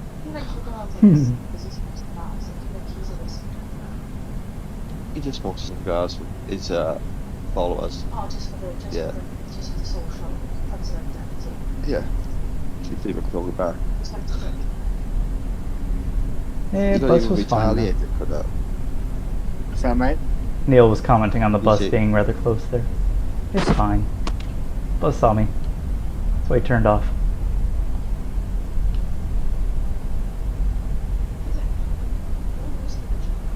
Yeah, we were saying. I even said Cordell, he'd be the type of person to drink whiskey. I do drink whiskey. With a cigar. Yeah, because she said about the cigar. I said, no, that's just for show. I know, I do like a cigar. What's your whiskey of choice, Cordell? I once smoked a cigar. I used to do a thing with me and my pals for New Year's. We all used to smoke a cigar on New Year's Day. I once had one because when I worked at Selgos, the supervisor went to Cuba, brought us all a cigar back, so we kept it for the Christmas do and smoked it. First thing I did was spit. Yeah, you're not meant to take it down here. You're just meant to. A cigar. Yeah, Yeah, it's harsh. yeah, I spewed. We had two cigars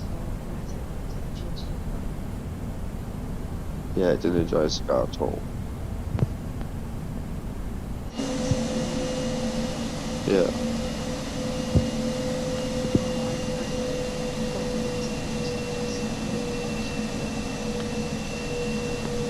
And we are. There we go. Max. There we are, boys.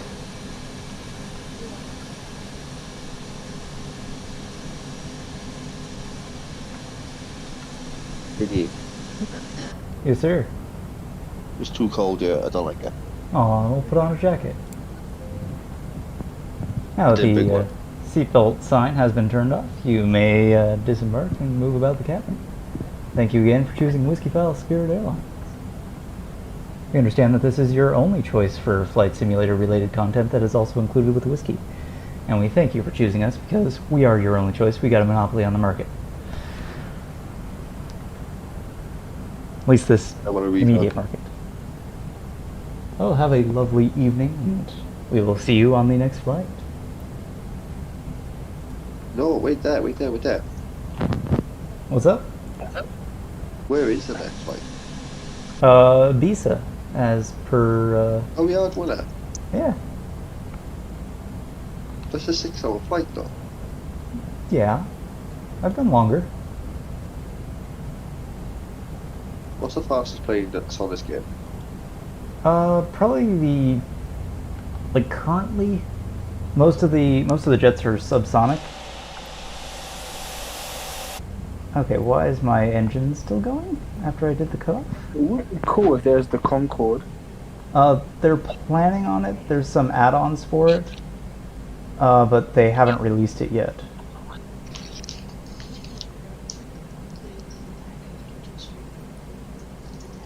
Oh, yeah, what's those twin floor airplanes called, JD? The bus, double bus? That's the Airbus. The bus, that's it. How far? That's It's the an Airbus. A380 Airbus, I think it's called. JD, get one of them. An A380? It's not in the game yet. Oh. They do have some other Airbuses. They've got an A320 and an A330. What about a jumbo jet? A 747? I just don't have a livery for it yet. Uh-huh. It's a lot more complicated than doing a livery for this one, because the way that the liveries work for a lot of the planes is they do UVs. So, sorry, I'm just gonna pull this over here while I switch between my files. Let's see here. Actually, this is perfect. So once Photoshop decides to come up, so this is the UV map for this exact plane. So you see, I can just paint on things like that. But for the 747, I have to actually model it because it's baked into the model itself of the airplane, not just painted over it, which is a lot more complicated. And I just haven't quite figured that out yet.